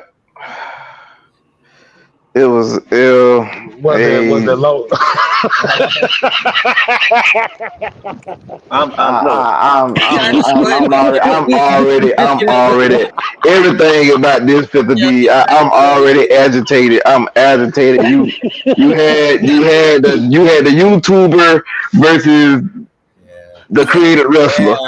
Like I'm just agitated. I don't like these though, because I don't like dog. I do not like this dude. There's nothing about this guy that just said, "Ooh, he gonna do something." No, he's not gonna do This is what nothing. I like, though. Well, he's gonna be there every week, though. He said he gonna what? He's He said he gonna be there every though. week. He ain't no twice. If that's the case, bring back. If that hold on. If that's the case, bring back Heath Slater. At least I was entertained. Nah, I won't even go that guy. I won't even be that bad right there, boy. God damn, that boy say he slayed him. Listen, at least I was entertained. At least Heath Slater gave me something. This man gives me nothing but a fake ass Stone Cold. That's all he is. He pulled up in the dude car. He bust the window out. He walked into the ring, talking to the camera and stuff with the doggone vest jacket, and he got catchphrases and God, why? What did I say before in one of those other podcasts we were on? What I said about Logan Paul did this not give the legitimacy of title reigns to David Arquette to and those guys when you put the belt on Logan Paul for as long as you did? That's exactly what you did. You took what you wanted was prestige of that belt, like you did with the Intercontinental Championship, and you put it on Walter Hunt. And I'm gonna call him Walter because I hate the name Gunther. Walter is what I've known him as from the WSW days, and that's what I'm gonna call him now. If Mama call him Walter, I'm gonna call him Walter. God damn. Yeah, his real name is Walter Hunt. That's the motherfucker I don't like, but we'll get to that. but what I'm saying is, you took the legitimacy of that title, and you pretty much wiped your ass with it. I mean, if I can say that, and I'm sorry I'm using that kind of language, but that's what you did to the U.S. Championship. You wiped your butt with it, and it don't have no legitimacy anymore. LA Knight's gonna not bring that to it, but this is the time where you need to put a belt on him sometime, somewhere.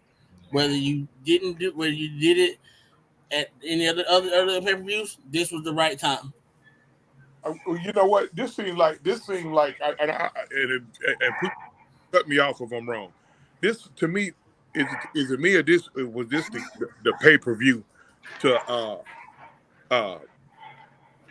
do everybody a fucking solid. Cause I'm when I see all these ravers, I wasn't the only one that was thinking that. Yeah. When I see all these rave reviews on it, I'm not a big fan of SummerSlam. And then the other thing about this is they're talking about this is gonna be the final one night SummerSlam. That's the wrong thing to do. Oh, for hell one, no. I can't do 2-day pay-per-views all the time. And hear me out when I say this. The only stadium show that should be a stadium show is WrestleMania. All the other shows should be arena shows. That's all I'm gonna say about that. I don't like the fact that you're gonna put the traditional 5 in the same prestige as WrestleMania when WrestleMania is your cornerstone. Like I probably put the Royal Rumble outside too, but I see where you're going. I mean, but traditional 5, Royal Rumble, WrestleMania, SummerSlam, Survivor Series, and King of the Ring. Those are traditional 5 to me. So well, they're doing that for they're not doing that for the prestige. They're doing that for the talent because a lot of guys got left off the card. So that's why they're doing it. That's why they're doing it. I was thinking that too, because you had a good bit of people that you probably should have had a match, but didn't have a match because Jay like wasn't on the card. neither YC Jay weren't nor on the card. Jay nor Bianca was on the card. You know what I'm saying? Like, and people came to see them. So like you can't. It's hard to say that it don't need to be 2 nights when like, to me, after is WrestleMania, to me is WrestleMania this SummerSlam. Oh yeah, those are So like that's what I'm saying. So you gotta give SummerSlam its due. Like, you know what I'm saying. So that's how I look at it. So, but as far as saying, I agree with what you said. As far as what you said about the whole, they David Arquette the U.S. Championship. You're right, because like you let Logan Paul have the belt for so long. You even let this man retain it at WrestleMania. That was Yeah, that horrible. was a slap in the face to That everybody was on the a big slap in the face. He should have lost it at WrestleMania. He had no business retaining at WrestleMania. And I hate that fucking smirk on his face. Him and Walter. I'm talking about. I want to be. But here's the thing, though. Here's the thing. Logan Paul, he's legit. You not. Don't you lie. You about to lie. In the athletic way, he's legit. No, he's not. No, he's not. Seeing this. No, he's not. We see this from Ricochet. We see this from Right. We see this before. He ain't doing nothing different than we already see. True. But from where he's come from to where he is, I don't want to hear that. Where he come from? Like, why we getting people brownie points because they can jump off shit now? Man, I'm glad he got the belt off of him, but he got talent. No, you don't. I mean, he'll spot. He can hit backflips. Hip hooray. I done stole this from Mikey and LaTravis. He'll spot monkey. I mean, all the goddamn flipping. That's what I'm saying. Like but that's other guys. That's not talent, dog. Like, the man don't even do. He don't even do his spots where he don't even do his spots where he damn near down ended Rey Mysterio career by not being in the right spot. What you think? I don't like the Pauls. I don't like them at all.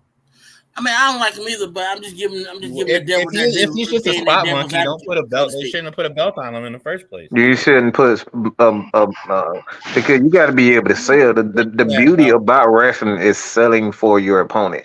He does nothing for other guys. He jumps off shit. That's literally it. Totally. The whole match, and I'm not the LA Knight fan, but like LA Knight wasn't even LA Knight in that wrestling match. Like, he was slow as hell. Like, he's a legitimate wrestler. That dude he didn't even look like himself in that match because he was helping him get his spots. Yeah, carrying his ass. So I mean, I'm playing devil's advocate when I know I get you. I get you. If you want to jump off things, I mean, you can get, but like, wrestling is so much more than just jumping in spots. There's no Bret Hart in this era of wrestling. There's no. We know that. I mean, what I'm saying is, when I look at wrestling, I look at the art of the story. Bret Hart was probably one of the best storytellers you ever seen because he believed and knew everything he wanted to do in the match, and that's what made him such a great storyteller.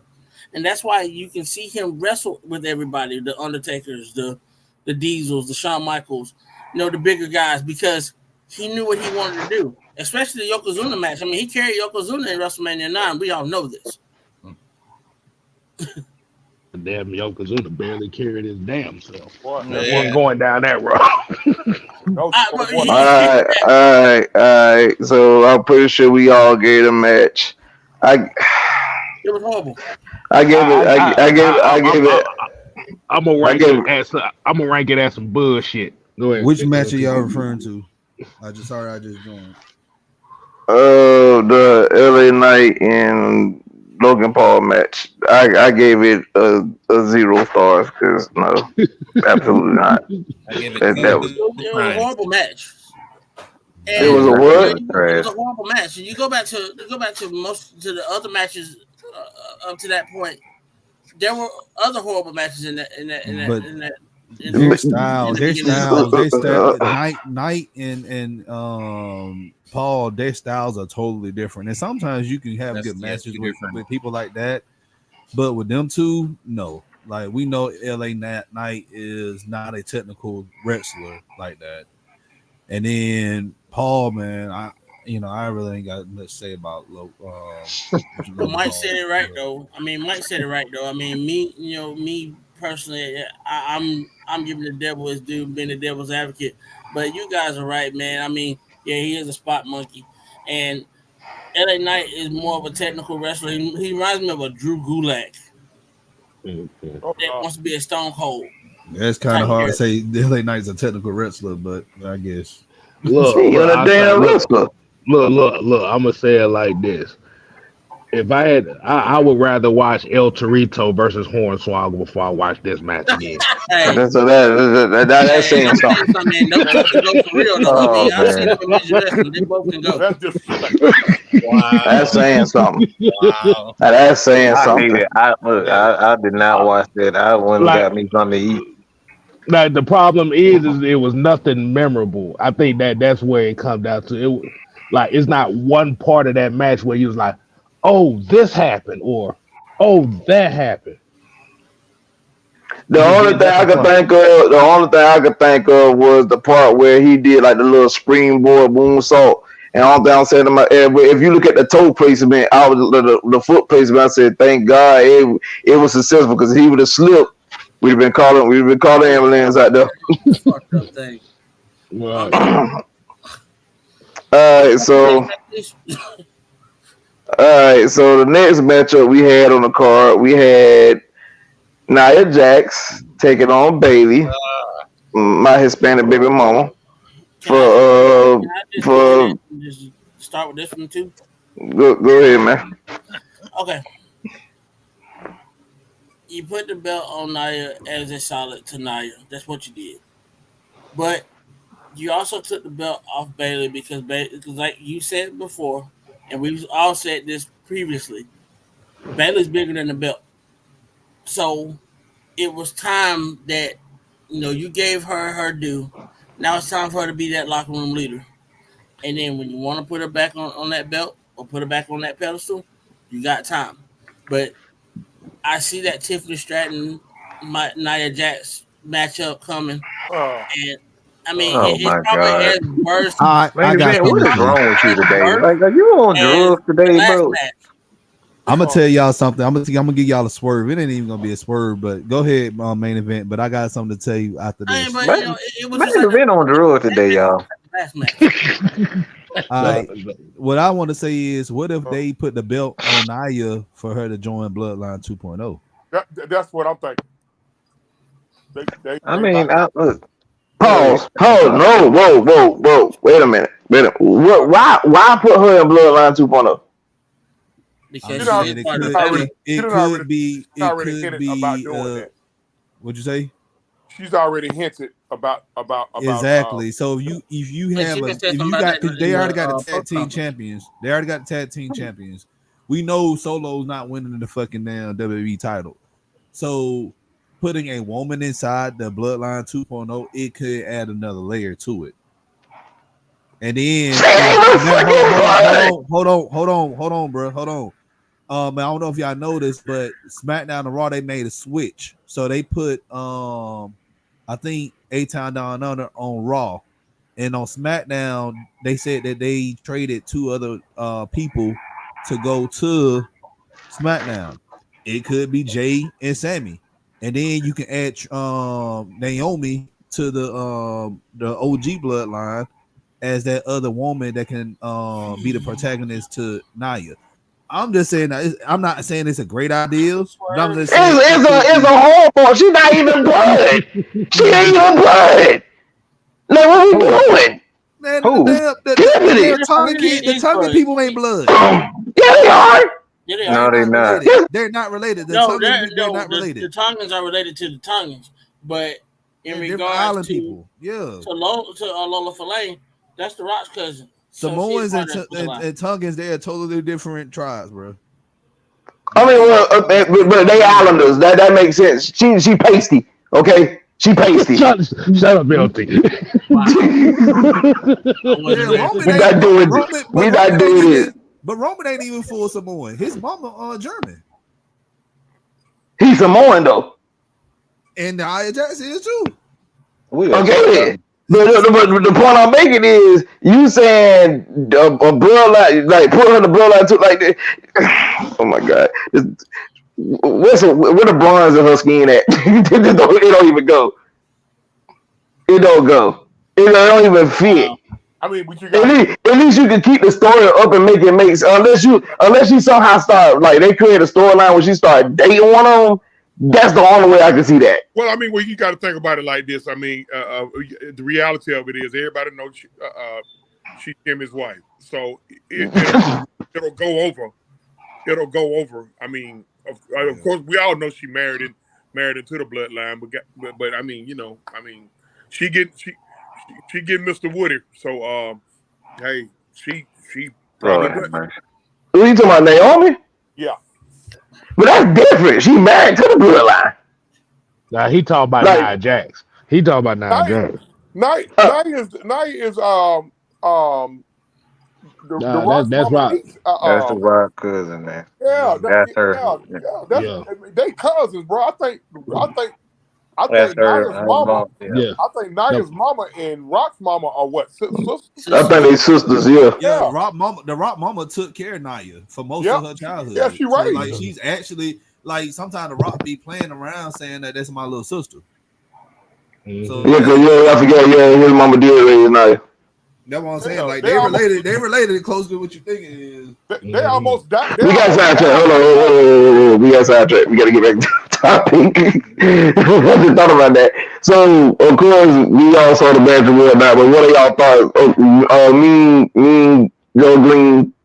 What was your thoughts on the Nia Jackson Who say go green? favorite match? Huh? Who say go green? I said me and Joe Green. I'm sorry. I'm just throwing some Oh, stuff out there. fuck He green. said me and Joe Green. He a Michigan Fuck the fan. green, Hey, man. y'all. Go blue. Nah, I didn't. Bailey's my girl, so I don't. I was mad. I just wish she would have cashed in and took the belt from Nia, but that didn't happen. But I think Bailey's had it for long. Man, she's had it for enough, and she ain't got nothing to prove. She really don't like. I think Bailey like in her mid 30s, Yeah. close to her late 30s. She really ain't got much to prove. She done did pretty much everything she could possibly do in the WWE. She done help build a faction. She done held multiple titles. Ain't she been a tag champ? Yes. Yeah, But she's not a Grand Slam champion. I want to say this, y'all. If they don't push that Bloodline 2.0 shit, I could just almost see. I can almost see the original Queen making her presence known again, and they have a battle of the queens, if that makes sense. Where the It's hell is she about been? time for Charlotte to reappear. So that's a wait. She's cleared to wrestle. Finally. she was hurt. I thought she just took time off. She had No, she ACL was injury. She was hurt. She was actually cleared for Money in the Bank, but they didn't use her. Yeah, she been rehabbing. I think that was the best decision too. Yeah, Well, she been rehabbing in Florida and North Carolina this whole time. She's been more just being supportive of her Latino heat. Yeah, baby. A lot. Andrade. Yeah. So I mean, He back home in WWE. They ain't got to be splitting time with him in one company, she in another company, this, that, and third. So she happy. She let him be the man in the house and let him make his money while she stay home. I almost dove out the one that broke my neck and killed myself on what I saw earlier. They talking about that vanilla. Now y'all talking about LA Knight. How y'all feel about LA Knight is how I feel about Moxley / Ambrose because they talking about possible turn for him to join Roman in this. I don't even. You know what, man? This shit gonna be. Hold up. Please tell you lying. Please tell me you lying. You lying. I saw that earlier online today. Like September, right? He's still on contract for a few years. He is. Yeah. I thought he had an option. I thought he had an option out. I've seen that same thing. You probably seen online about him, but nah, when you click on it, man, it just says he's still in contract, man. He said he's good. Oh, okay. He ain't leaving AEW. You also got to. They pay him too much, man. Yeah, they pay him too much. Him and Sasha Banks, Sasha making $3 million for what? She at 4.5. What I heard. She's horrible. She's horrible there. Like what? Her gimmick is crap. The only person I can see that's coming back is gonna be Daniel Bryan. That's probably that's a possibility. Because he's supposed to. He got a match with Swerve. Retire, man. He got a match with Swerve, and they said that if he don't win the belt, he quitting AEW. So yeah, he's gonna be out of contract in August. So, but in August. I mean, I'm hold up because I don't know who mentioned it, but somebody said something about like they spotted the Hardys at the WWE facility. Man, just go, man. I will say this. Motor City Machine Guns too, so you know. I will say this: if the Hardys here, listen, I'm cool for one last hurrah to make y'all feel good to ride off in the sunset. Hang it up, boys. Y'all in y'all 50s now. We gotta let it go. I love you, Jeff. I do, but boy, if you live to see 65, they're gonna be pushing you so well. I see it like this: the Douglas in the Hall of Fame. The Douglas in the Hall of Fame. Edge in the Hall of Fame. I don't know why Christian ain't in there yet. He will be soon. But he just under the AEW contract. But the Hardys the next NXT. They offered Jeff the Hall of Fame this year, and he turned it down. They do want to go in with his brother though. That's the thing. And I can respect that because you don't get Jeff without Matt. Like I understand Jeff had a decent solo career because he's very likable. But I do agree with Jeff. Jeff is not Jeff without Matt. So he doing the right thing. It's just like when Rick, they gave Rick the Hall of Fame, Rick Steiner, but he said he ain't going in without Scott. So they made you probably saw the Hardys because they're doing the little cross promotion thing between TNA and NXT and Matt been wrestling over in TNA. And yeah, been.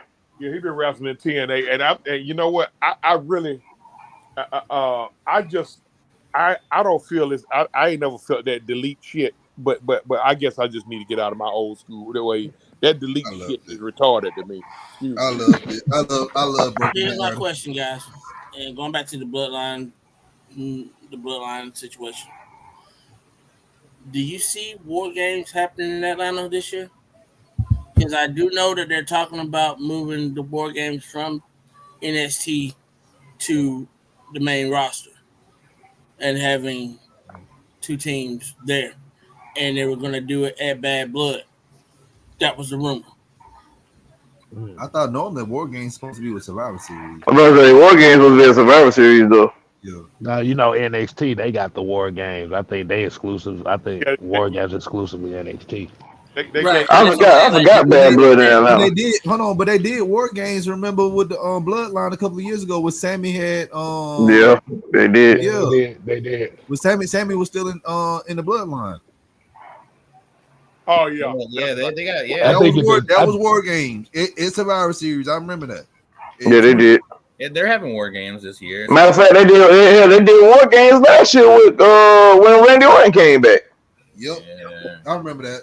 Yeah, that was last year. So they're gonna do back-to-back years of War Games and Survivor Series. The Survivor Series is the aforementioned filth pay-per-view out of all the big five. But it's the because it gives off the traditional 5 versus 5 Survivor Series match. It's War Games, so that's why they've been doing that Survivor Series. So that's why. But all right, the next matchup on the card we have Gunther taking on the bisexual Undertaker. I'll never let that go.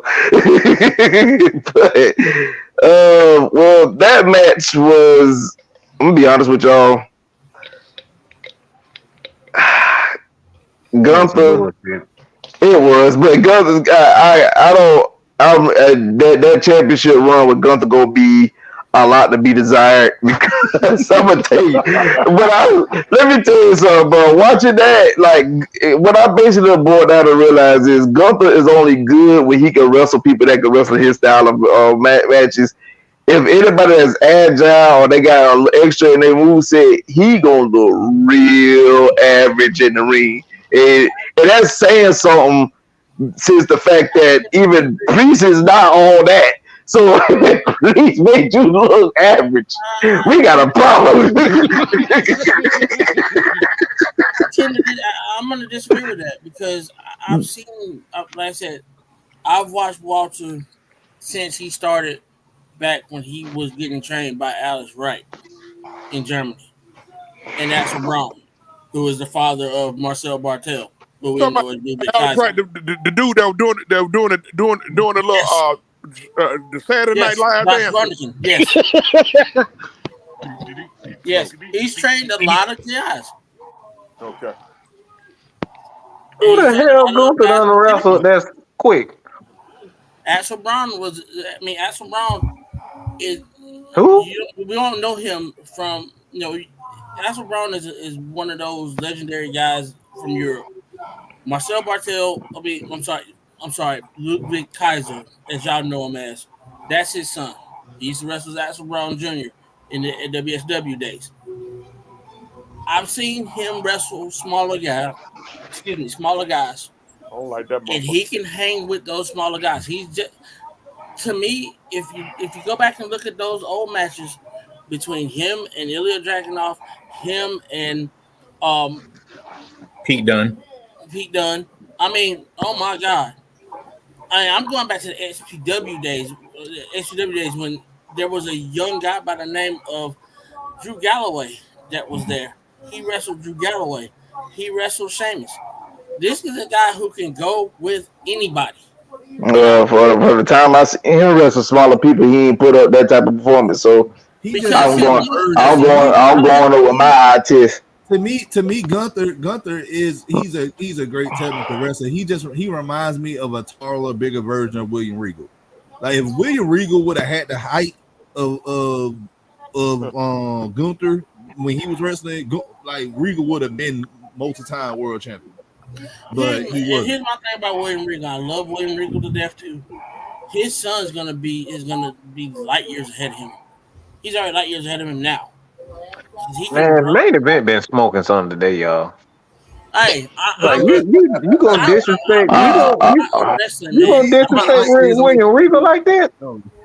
look. William Regal is a guy who's well respected in the locker room, and he's been technical his whole career. The way that he worked with younger guys, the way he worked with older guys. He is That a man ain't guy. gonna be good. He's not gonna be Tyler Dempsey's gonna be good. well, Okay. let me tell you, let me I tell don't you think he's something. gonna. I don't think he's on that. I don't think he's gonna be on that level of At world this champion. point, But I think he's gonna be He'll you be know he ain't gonna at be this better than point, Bull Buchanan. He's not gonna even gonna be better than Bull Buchanan's son. I think Bull Buchanan's son has more potential than Dempsey. I've seen Bill Buchanan's son too, and that boy's got it. He's got it. He reminds me of Bronson. I don't know. Georgia boys hit different, man. This conversation has me feeling besmirched for some reason. Because look, all I'm gonna say is about this because main event did a lot of talking, and I'm in the business of you only good as your last match with a small person. I don't care what he did back then, is what you doing now. And what I'm seeing now when he dressing people that don't wrestle his style is bullshit. So until he showed me different, this is where I'm staying at. It's just that simple. He got Well, to here's show my me thing. something. This is where I want to go with that. And we kind of touched on this the other night. Um, okay, so what now with Gunther? I mean, what now? So what we looking forward to? for him to come on there and The thing goddamn. I was afraid of with this, putting the belt on him, is who he gonna dance with. Well, no, that's what I'm saying. See, like what we And what that's we the got, whole thing. And that's the we got to thing with look Nia forward. Jax, who she's gonna dance with. Yeah, we got to look forward to him just coming on there with his arrogant ass, pompous ass smirk, insulting folks, but not fucking defending the title like he did with the Intercontinental title, and he has the nerve to be talking about bringing some prestige back to the like. Well, he did bring prestige back to the title. He did Who defend the the title. fuck he How? didn't? How he didn't defend it. Main event. He didn't defend it, bro. Who didn't defend it? He rarely defended that damn Intercontinental defended the title. title 34 That hold on, that man did hold on. I ain't gonna lie on that man like that. He defended that title pretty a lot. Any chance he got, he defended that championship. Well, I'm gonna say this: he didn't defend it like the motherfucker who record he broke, Pedro Morales. No. That I don't was like to that be the motherfucker. Macho Man. I'll let y'all talk. Macho. I don't. Not the Macho Man. Well, Macho Man had it first, and then I want to whoop his ass. I want to whoop his ass. I don't like him. So I'm gonna be biased. Excuse me, y'all. I'm gonna be biased, and I'm gonna be headstrong. I don't like it. Fuck him. I mean, I get it. I mean, I listen after watching the match and seeing who was it wasn't there some interference or something like that in that match. Fam. Yeah, the short Irish motherfucker came out and Then put his leg on the rope. I forgot about that. Yeah, I remember like I know there had to be some like interference in this match, but yeah, Finn came and screwed that up. So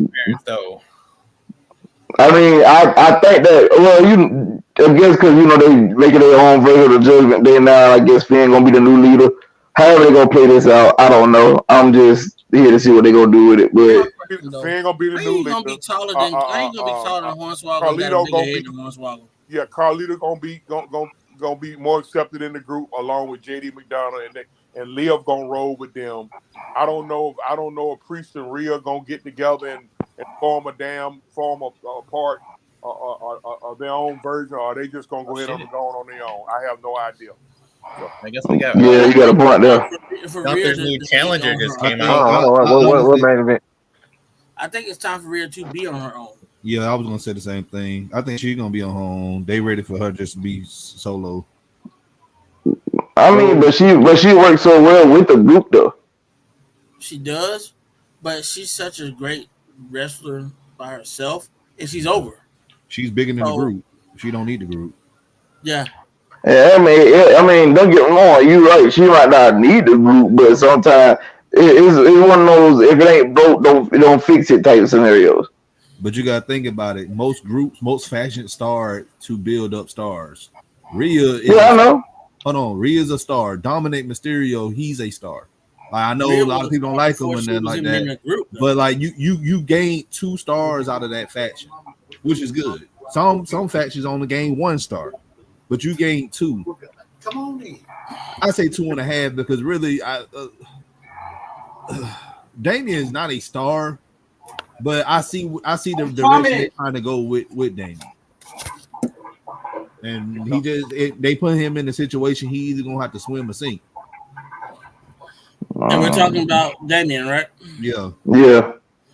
We'll see. I think he hold it down, but that's me. Yeah.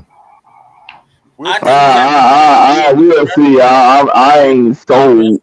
I ain't sold on. I'll tell you that I'm not sold on Damien by himself, but we'll see. I was just about to say the same thing, LT. I was just about to say the same thing.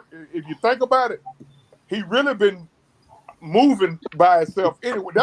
That's why Finn did what he did. I mean, yeah, I get that, but it's one thing to look. You moving by yourself, but you still got a group with you versus you actually being on your own. That's what I don't believe in. He's not ready to be a lone wolf. Right. That's why you got to play the judgment. That's why you got to play the judgment in the first place. Yeah, but I just knew that they were sowing the seeds to this anyway because how the way he was acting towards Dominic about, hey man, you need to let Rhea know about this going on. You trying to be like the nice guy, So I mean, it's like real life storytelling because if anybody know, like Eddie is the one that saved Rey Mysterio relationship with his wife because Ray was kind of wilding out at a point in his life and whatnot, and I forgot her name, but she almost left Ray. Angie. No, she really, that was a story that damn Eddie whooped Ray ass one time over some shit between him and between Ray and his wife. Ray was trying to fuck with somebody, then Eddie whooped his ass. Yeah. Did that happen when I was in WCW, or did that happen when I was in the WWE? WCW, when they were still in WCW. Okay. You remember when they was with the 50 Animals? Yes. Yeah. I remember that. They let the character become their personal life. Ray was still banging when he first started wrestling. He was still banging. He come out of East San Diego. He was banging. Yeah, he was Rey Mysterio's nephew because Rey Mysterio is actually his uncle. But he was banging. His girl saved him. His girl saved him. Yeah. His wife saved him. She pulled his ass up out of there. Damn, I can't think of her name. I don't know why I cannot think of this woman's name. Not by Angie. That's her name, Angie. Yeah. Angie Gutierrez. Yeah, but of course, like I said, so we discussed that match. The next match on this card that we had was the match I thought was supposed to be hitting like the crack in the 80s, but it was wet dope. I'm talking about fish scale, and I mean it wasn't nothing the cartel want to sell, but CM Punk versus Drew McIntyre, and good God, it was.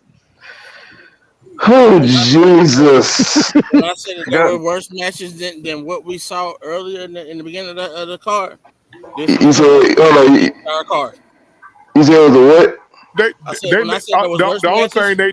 only thing they did is they let bitch made ass crybaby ass Drew and bitch made ass crybaby ass spot monkey ass self have their way because they can't stand Punk. That's all. They just let them have their way.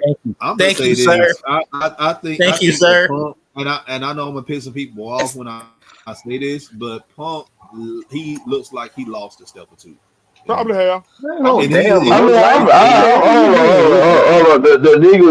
motherfucker is pushing 50, so I don't expect him to be. I don't expect for him to be wrestling like Punk did when he took on Brock Lesnar in Summerslam in 2013. However, we didn't get a wrestling match at all. Before the match even kicked off, Seth was already on bullshit. Yeah, man. Like you trying to be a smart ass. No, you getting this side, you getting that side. Like the crowd, like yo, ring the bell. They ready, we ready. Like this is what we here for. You just prolonging it. Boy, get out the damn way. Shit. I'm so sick of his act. I mean, he sit up there, he get on this whole little crusade about telling Punk it ain't about him. It's not about you, but actually he making it about him.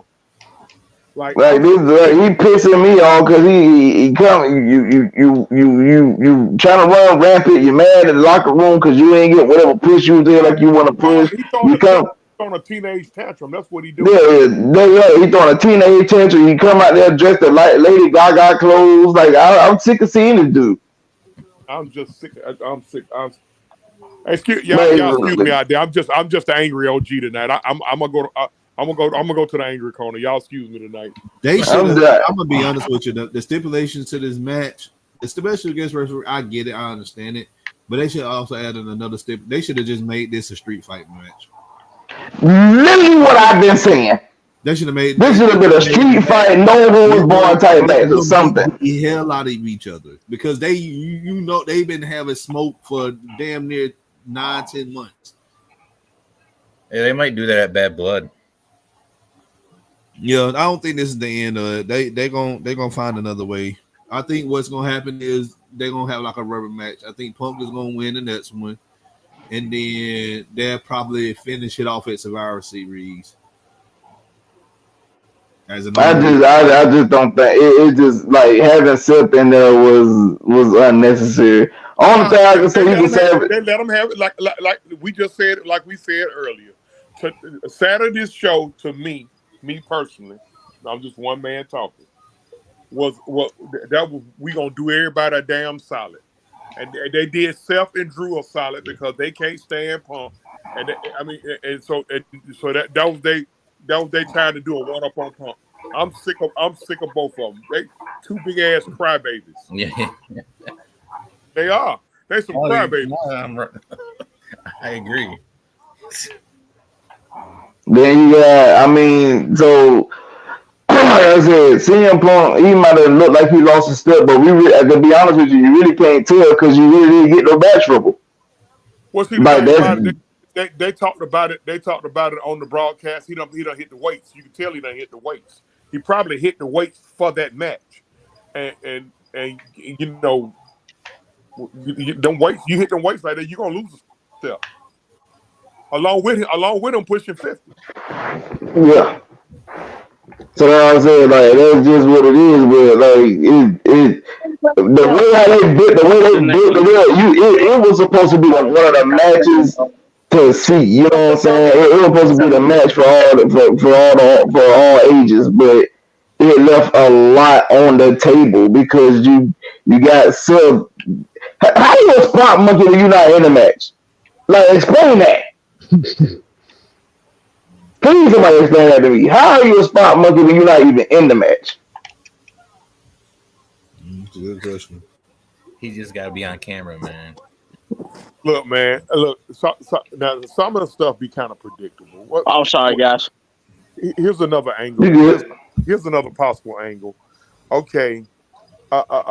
Seth and Damn and Punk. They start dancing with each other and hugging and kissing and shit, and then next thing you know, that both of their broads get involved, and now you have AJ Lee returning. Who knows, bro?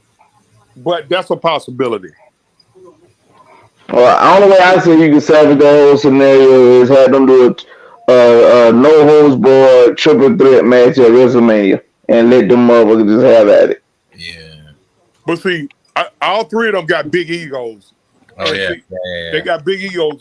Some kind of way they're gonna have to incorporate Walter ass in there. Mama calling Walter, Mama calling Walter. They're gonna have to incorporate Walter ass up in there. I just hope he slip on a banana peel somewhere. Damn. Is this one of these three? Is this one of the three dance partners for possible Walter? If this is the case, Huh? I mean, since we're going back to that, I mean, but you got to think about it. Priest ain't going nowhere either. He got automatic rematch clause. I'm pretty sure he's gonna exercise that. He may be doing that as we speak. Pause. Cause do they still do that? Cause I really ain't been seeing that lately.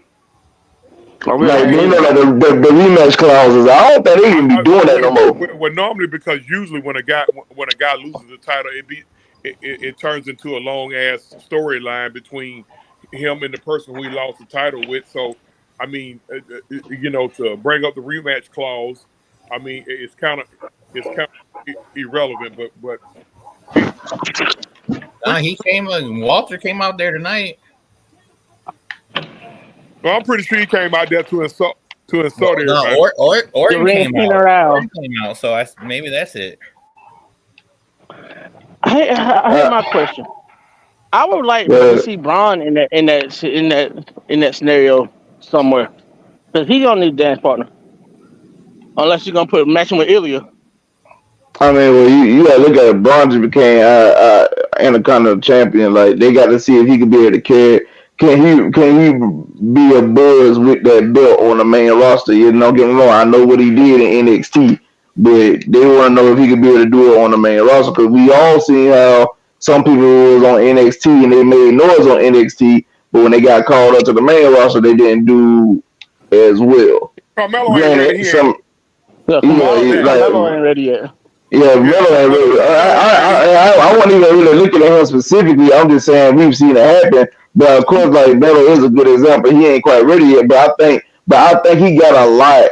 You know, he got a lot of potential. As long as at some point they start booking him good, then it could change. You know what I'm saying? But you can't have him be losing a bunch of matches and not really giving him the opportunity to really display what he can do.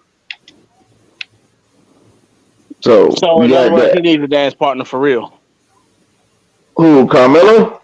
Yes, I They and he mean, needs a storyline. they building a I, storyline between him and Andrade. right. But I like I, the we'll move. see I like how the that move play with out. Braun. I like the move with Braun being the Intercontinental Champion. So I do too. I'm cool with that. I'm I well, love the fact that he's actually, the Intercontinental Champion. I'm cool with that because Sammy might be bigger than the belt. He got a strong following. I know some few people on here that don't feel him. I get it. I understand, but I'm he just got a tired of strong the gimmick following. that he been having forever since and forever and a day. But they here's probably my here's my thing though. they may end up pushing him up to the World Championship. Not ain't saying he gonna carry the belt, but I can see him and Gunther down the road. A transitional champion. I ain't saying transitional. What I'm saying is I can see Sammy and Gunther fighting for the world title. Yeah, I took the But that was U.S. a good. belt from him. That was one of I, the best matches at WrestleMania this year. Yes. It was one of the best. So It like, was I a agree. 4-star match. It was a legit 4-star match. yeah, I agree. Mm, Sammy but carried his ass.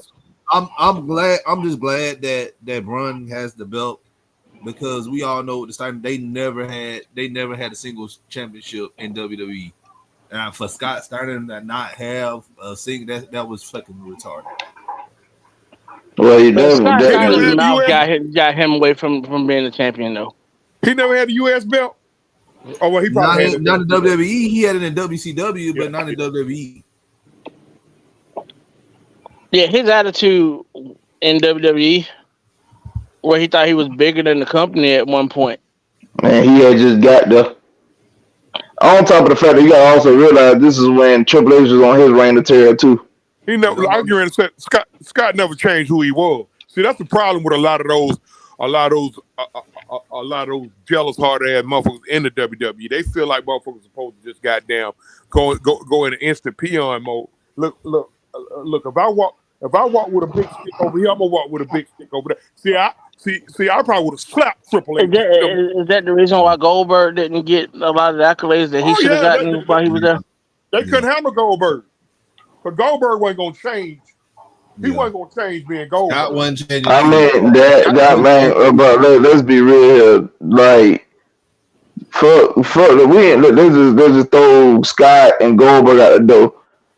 Sting run in WWE was probably one of the most disrespectful shit I've seen. I don't even want Sting deserved so much better than what the fuck he got while he was in WWE. No, he Like, probably You know he, what? But he would have Sting if actually had he started writing on the conformed. wall though. That's why he didn't come to him when he did. No, he would have had he conformed. Sting wouldn't conform. So what you mean? man, shit, No, that's what I'm saying. Like Sting started writing on the wall when they offered him that $3 million contract. When they offered him after they got bought, and no. he What I'm ended up going to saying is, TNA instead for less he money, for probably wouldn't. $900,000 a year. He probably wouldn't conform. I mean, come on, let's call it what it is now. Hey, that was some disrespectful shit Vince did to Dusty, putting him in them goddamn polka dots. Mm-hmm. I mean, true. Yeah, but you know what? Dusty had fun made with it work though. Dusty had fun with it because he didn't have to be a booker. He didn't have to worry about being booked. Oh, he didn't have to worry about being, And Dusty was managing he a was in the roster. twilight of his career at that time too. So at that time, Yeah. he was like, man, whatever, it don't matter. Like, But y'all had to put him together with the ugly ass Sapphire though.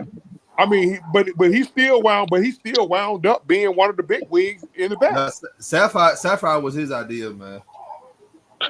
All right, so like I said, for me, this thing had one of the most disrespectful ones. I mean, you had an opportunity to give everybody the match of their fucking dreams, and then you just like, no. Like I said, Mark done left being Undertaker. He's Mark Calloway now. Got a great podcast. If y'all haven't watched it, please, I recommend it to y'all. It's some of the best work you ever saw. Yes. But the man even said They both wanted they the match. wanted the match.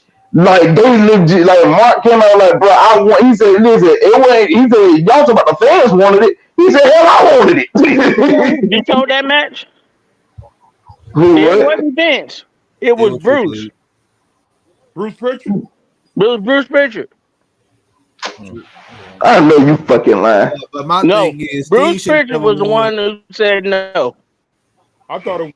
Sting should have never lost at WrestleMania against Triple H. I said that too. I said that I too. don't give a damn if it was Brock. He was going against Brock Lesnar. He should have never lost that fucking WrestleMania match.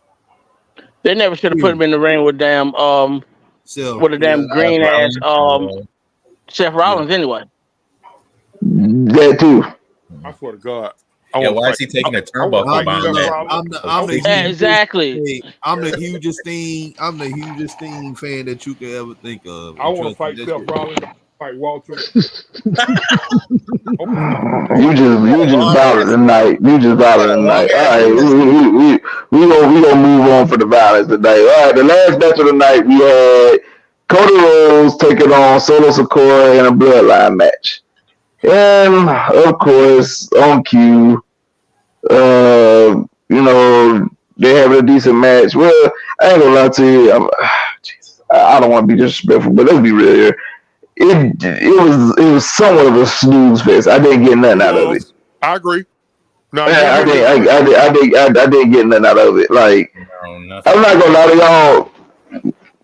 Mike said this, and I'm about to give that man credit for credit's due. Mike said this before it took off.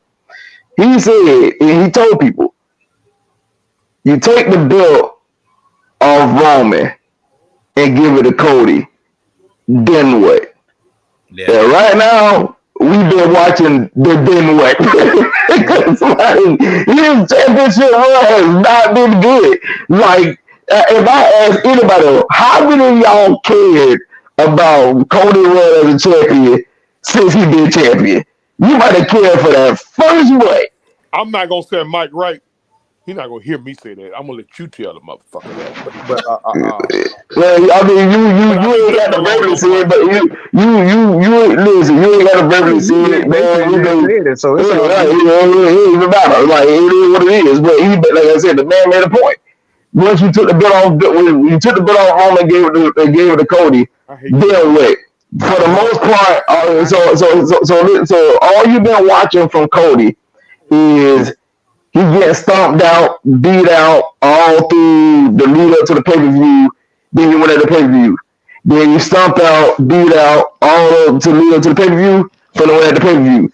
Like it's been the same thing over and over, and it's like, bro, I'm not feeling it. Like the only thing that may sell me on Cody, cause the whole American Nightmare and listen, it's over now. It's old. I'm tired of it. Motherfucker, listen, dye your hair black, put on a black suit, and really become the American Nightmare. Stop talking shit. Fuck my daddy. I don't give a damn. He was a plumber, but he was a summer plumber, but I wasn't. Look what I am. Self-made. You know what I'm saying? I need some fire. He ain't giving me shit. I honestly think that's gonna end in a heel turn. Yeah. He's too plain, man. He don't have to. Because listen, he's too busy crying. They alluded to the original Bullet Club. I saw that earlier, where Finn, it was Finn, I think Finn, Jacob Fatu, Gallows, and Anderson, and I think Cody. I think Cody was part of it for a minute. And they just, they trying to throw all kind of angles out there, but I mean, because Cody did give Roman a certain look after he pinned Solo, and we already see Roman probably ready to retire because he about to go back. He about to turn face. I know this shit is gonna drive Mike crazy, but he about to turn face. I don't have a problem with that. Oh, okay. I do. But that's the thing though. Like, and even Taker even said it, and his other older wrestlers, veteran wrestlers, said that Cody is better as a heel than the face. Yeah. He is. I mean, like I said, when it boiled down to it, just looking at it, it's like he has not done nothing noteworthy. Yeah, of course, I can expect Roman to get ready to retire. You know, this man still got health complications and stuff like that. And I mean, he served his due diligence at WWE, man. Like, I don't think it'll be a long time before we witness a championship run that Roman had. Like, that man run built up so many wrestlers. Like, as much as people like to give Cena credit, and don't get me wrong, Cena deserves his credit, but Cena didn't build people the way Roman built people. Like, he took folks that probably was on like a last leg in WWE and made them into something. It made you want to watch them. Man, Like, I really got a funny feeling they're gonna wind up giving Walter a long ass run with that belt, man. I got an eerie feeling they're gonna do that shit, No, man. you can't do that. He too boring. Both that feeling It's is TV wrong. ratings. Soon those TV ratings start they going start down. dropping, they're gonna drop that bitch right off his ass. Yeah. But And I tell you this: if he do hold it, he ain't holding it after the new year, because remember they go on to Netflix in January. They not gonna have no boring ass fucking damn world champion. do we have any? Ooh, shit, you right. They do got 4 more months of them being on TV. Do we have another overseas pay-per-view paid live event That before? Berlin. I think the one in July was the last one. I think. No, hold on. No, There's they a don't. battle They in got Berlin. yeah, battle in Berlin. Yeah, Survivor Series is going to be in Vancouver, so that's Canada, but it's still not overseas. It's, Yeah, yeah. But it's still out. Y'all It's still out heard the he just country. said. He said Battle of Berlin. Battle of Berlin. yeah. Well, They The literally end of announced that this month. this right after. End of when this is the month. Battle of Berlin? End of this month. Oh, so that explains why they put the belt on. On Gunther. On Gunther, yeah. Like he's not German. I think he's Austrian, but same thing. They all German. They German speaking country. all the Well, they try to. I thought they try to point him as like a damn like he from the United Kingdom, but I thought the nigga supposed to be from Germany no, when he first came in. no, that's Russian. He's Russian. Yeah. Oh yeah. My bad. Talking about Walter. You talking about Gunther? Yeah, Walter Gunther. It don't matter. That's pretty much Austrian. Russian. He's Austrian. Austria is south of Germany. I know my geography. Yeah, I thought so. I thought he was supposed to be like German. That school teacher shit send the nigga to detention and shit. I'm gonna talk to Don about that shit. We can't help that you don't know your geography. I'm sorry, I didn't mean to say that. We agreed to be professional. I was about to say something unprofessional, but no. Anyway, that's like I just got an eerie feeling, man. They gonna do that shit, bro. They gonna do that shit because you got to think about it. The Rock said, what was the Rock's reason why they flipped the WrestleMania plans? In these exact words, he said he couldn't stand the people not being happy. And what was going to make the people happy was for Cody to finish his story. So now we got a big audience abroad. And all them funny talking motherfuckers want to see Walter ass with the belt. That's disrespectful. Okay, I'm sorry. Excuse me. We saw our German fans whenever we get something. If we ain't already got something. I'm sorry. Y'all talk how y'all want to talk, but nevertheless, it's about right now. It's about look at what they're doing. They try to please everybody. Now, see, that could be a mistake. Now, you don't want to get caught up in the trying to please everybody. All right, you finished Cody's story. Okay, we was all emotional shit. Hell, I had a personal moment. Goddamn it, I needed some Kleenex. Okay, that's cool. We finished the story. Now, I hate to say I agree with Mike, stubborn, anal, assholish ass, but Yeah, he's being stubborn and anal. Yeah, but nevertheless, goddamn, hey, we need to spice Cody up a little bit more. I wanted him to finish his story. I did. I did. I wanted him to finish his story. Okay, now that he done finished his story, look, I need him to just tell Michael Cole to shut up or something. Yeah, he's just been walking around with the belt doing nothing. I mean, he's been defending it. He's been defending Nah, it. he's just saying he's just getting his ass whooped and he ain't really doing nothing. Yeah. You know, it just. The crowd here about to blow. Let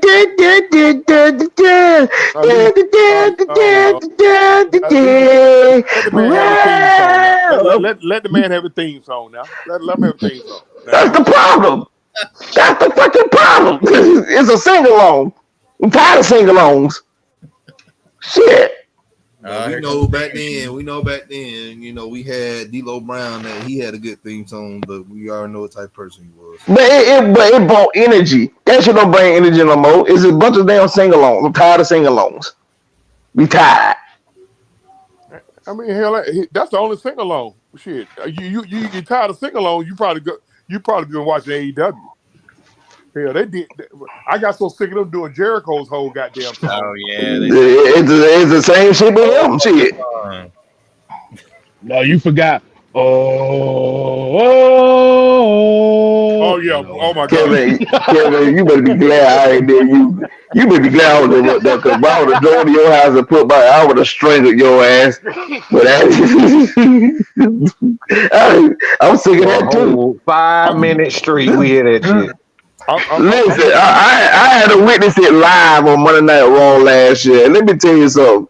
To sit there in the crowd and just watch people just repeat that shit over and over and over while he just standing there with his head spread. I was just like, it was like, damn, boy. If I were closer to the ring, I would literally throw something at his ass. That shit get to his head, bro. He really believe he's some type of fucking martyr or something. Like that's why. Listen, that's what I was trying to tell y'all when Punk showed up. That's why he was so mad when Punk showed up. It ain't what the fuck Punk said on the way out the door. He was so mad because he knew when Punk showed up, the attention's off of him. The attention immediately goes off of him. And Punk arrogant as hell too. Punk gonna let you know. Like Punk let him know last week. They was calling my name for 10 years. He real slick with his mouth. He'll get punched too. Depending on how you say shit. He'll get punched. The man definitely wasn't lying. They definitely was saying his name for 10 years. Like that since the day he walked out, like they been chanting CM Punk. So yeah. But what I will say is though, we did get Roman Reigns to return in that match. I'm gonna tell y'all right now, I do not like the updated version of his theme song. It is sorry. It don't give me that feel. Damn. No. I have no problem with it. It don't feel like a Roman no more. You know what I'm saying? It's too updated. They did the same thing with Punk. They did the same thing with Punk. Okay, all right. Okay, damn. The Cult of Personality is actually a good song, so no, that's different. Wow. Well, folks, we really appreciate y'all coming out. Man, I like how he tried to end the damn show. Who the hell told you to show over? Well, actually, the second half I was supposed to be the host, but I didn't want to discuss this on the air in front of millions of folks. So you said you supposed to be the what? The second half of the show, I was slated to be the host. You just got here early, so fall out. I mean, it's been my show for the last couple of years. What we talking about? Nevertheless, people, any final words from the panel? SummerSlam, I gave it a 2.5 to 3 star out of 5. It left a lot to be desired. It was more gimmicky than actually wrestling going on, and for SummerSlam to be probably the second best pay-per-view under WrestleMania, and what we got, it didn't feel like SummerSlam. So I give it a 2.5 to 3 stars. All All right. Coming around. Who coming around? Yeah, Uh, it was too predictable, man. yeah. Okay. It wasn't like it didn't feel like it said SummerSlam, but it didn't. I agree, it didn't feel like it. Yep, You that's already two. knew it was going to happen in every single match. It felt like elimination chamber. That's two. That's two takes Yeah, that I agree with both of y'all. I really main event. Talk to me, brother. Main event out. Oh, That's done. That's the done. the Don. The the Don. What was your thoughts on? Oh, he probably loved it because Tiffany showed up. But go ahead. Yeah, whatever. Oh, yeah, I forgot Miss Piggy. You love Miss Piggy. I See, you sure know that do. damn Tiffany Stratton. Funny Bill ass. I love me some Tiffany Stratton anyway, but it was alright, I can't it wasn't bad, but it wasn't good. So it was just a typical, pay-per-view or whatever they wanted, premium live event that they just scratched off the card. They ended they fused. Some feuds were ended, some feuds will be extended. On the main, I feel like they put the main emphasis really was the Punk versus Drew and the bloodline situation saga. So everything else was like, okay, well, we'll put this person over this person or such. So, but out of 5 stars, again, I give it 2.53. Y'all being generous. Go ahead, K Styles. Man. Damn. No, I would say that this is definitely one of those that I would say that I wouldn't be enthralled to watch again just for the predictability off the jump. Um, be honest with you, I think the way that they set this pay per view up was basically just to see what the hell happened on Raw. I think this was just for the Raw after. Just to be honest, which is on right now, by the way. But Yeah. Right. I wouldn't watch it again. I'd probably give it a 2 out of 5 for me personally. Man, Mike, you got anything? Too predictable. Then I gotta do a Stephen A. Smith. So It's a 2. It was total horseshit. If it wasn't for Roman showing back, I wouldn't have given shit because all this I felt like it was a Triple H. I got to get my dick hard for Dominic because he's a heel moment. Like that's what I felt. It was pointless to try to turn somebody even more heel. Like he's already a fucking hated heel. You don't have to do that. Like that was just pointless. It's dumb. And the thing with real, all this just sounds like sponsors want to see what she looks like as a face. And It's I like the don't think there was all over again. so it was just like it's some experimental bullshit and like I don't like it. So I'm not gonna disrespect it and say it's a 1 because Roman showing up pretty much rescued the whole brand in itself. So him just showing up in its entirety, we'll you see. know, We'll see, Mike. I'm gonna say this to everybody. Triple H knew what the hell he was doing. He knew that shit was cheesy as hell.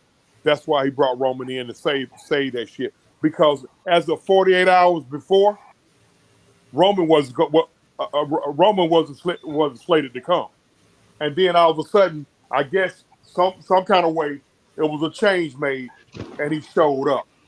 To me, it was classic overkill when it comes to like Mike just said it. We don't have to overheal Dominic. We don't have to. All right. Why are we breaking up the Judgment Day? They're making Rio look more of a super baby face. It's like that's what I'm Which saying. is stupid. It's like the China situation. Remember when China first came on the scene, she was a badass fucking woman. Yep, and But then they started. they She got the changed her implant. look. She got the changed her implants. look. Yeah, she got the implants and everything, and she posing for Playboy. did this the storyline was Eddie was fire. I ain't even gonna sit here and lie. Yeah, the Latino Heat shit, yeah, but when China went on her own, it just was like no. It fizzled out like she's a bad. She was supposed to beat people up. It's the same thing. Real is strong. She's cute and everything, but why are we trying to have her look vulnerable? Here's the thing. Women like that don't look vulnerable. They not.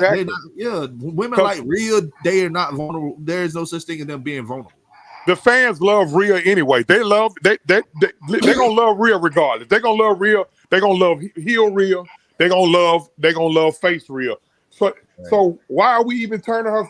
Why are we turning her face? Like for what? And here's the thing. This has got to be a record. 5 titles changing on one pay-per-view. Come on, man. Boy, it's like Vince Russo's backstage, but damn. 5 titles changed, bro. 5. Like after the first 3, I was like, "Yep, everybody gonna lose their belt tonight." The only person. I don't think it was 5 titles unless it was like title change on the pre-show. Cody and Liv. Yeah, Cody was the only one that retained. Yeah. Wait a minute. When did the Fat Two folks win the tag team? The night before they did it the night before. They did it on SmackDown the night before. Okay, I tied that to SummerSlam. Shit, they were the same city. Nevertheless, you in one weekend you changed 5 titles. Like I mean,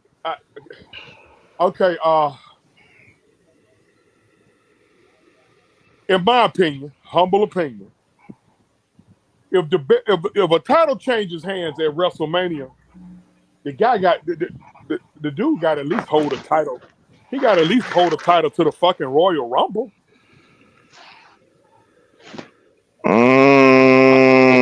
I guess it don't work in Priest's case because how he got the title. Because he cashed in. Okay. So the Seth and Seth babysitted the damn title until he got hurt. I mean, he the only way. Everybody, listen. I don't know. I know I seem like a defense attorney for Damian Priest. I don't know. We never hung out together. We never spent $80 together on 2 women. Nevertheless, I just feel like he got shitted on. You ain't hung up the bisexual Undertaker? Look, man. Look. I'm. Shut up. Shut up. Okay. All right. K-Styles, you started your show. I mean, if you want to close it out, go ahead on and close it out, brother. Unless anybody got anything else. No, man. I'll go ahead and let LT close it out.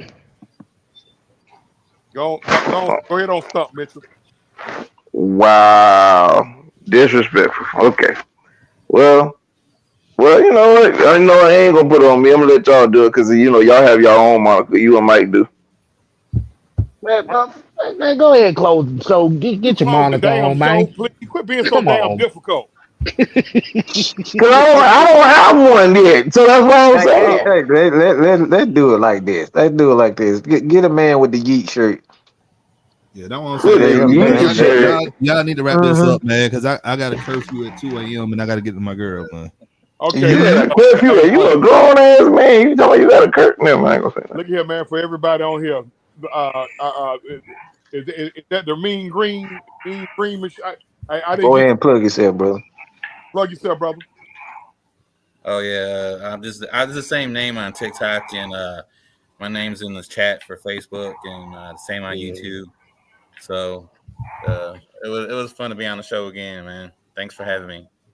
Man, you know I love you, man. My this is my brother. This is my Michigan Wolverine brethren right here, man. Oh my God, I know he was gonna do that. He just couldn't let that. He could not let that go. Oh God. All right, man. For the Michigans, my man LT, 6-man K Styles, and never forget the angry Mike, OG Truth with a tooth, Hurts with a Z. And on this episode of the Originators, we always seek and speak truth, whole truth, nothing but truth.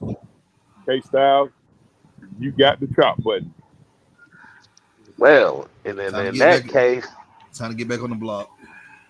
you ain't gotta go home. But you No, gotta wait a get the minute. hell up out of here. No, we don't need it. We just did that. We just did that. Peace, y'all. Later.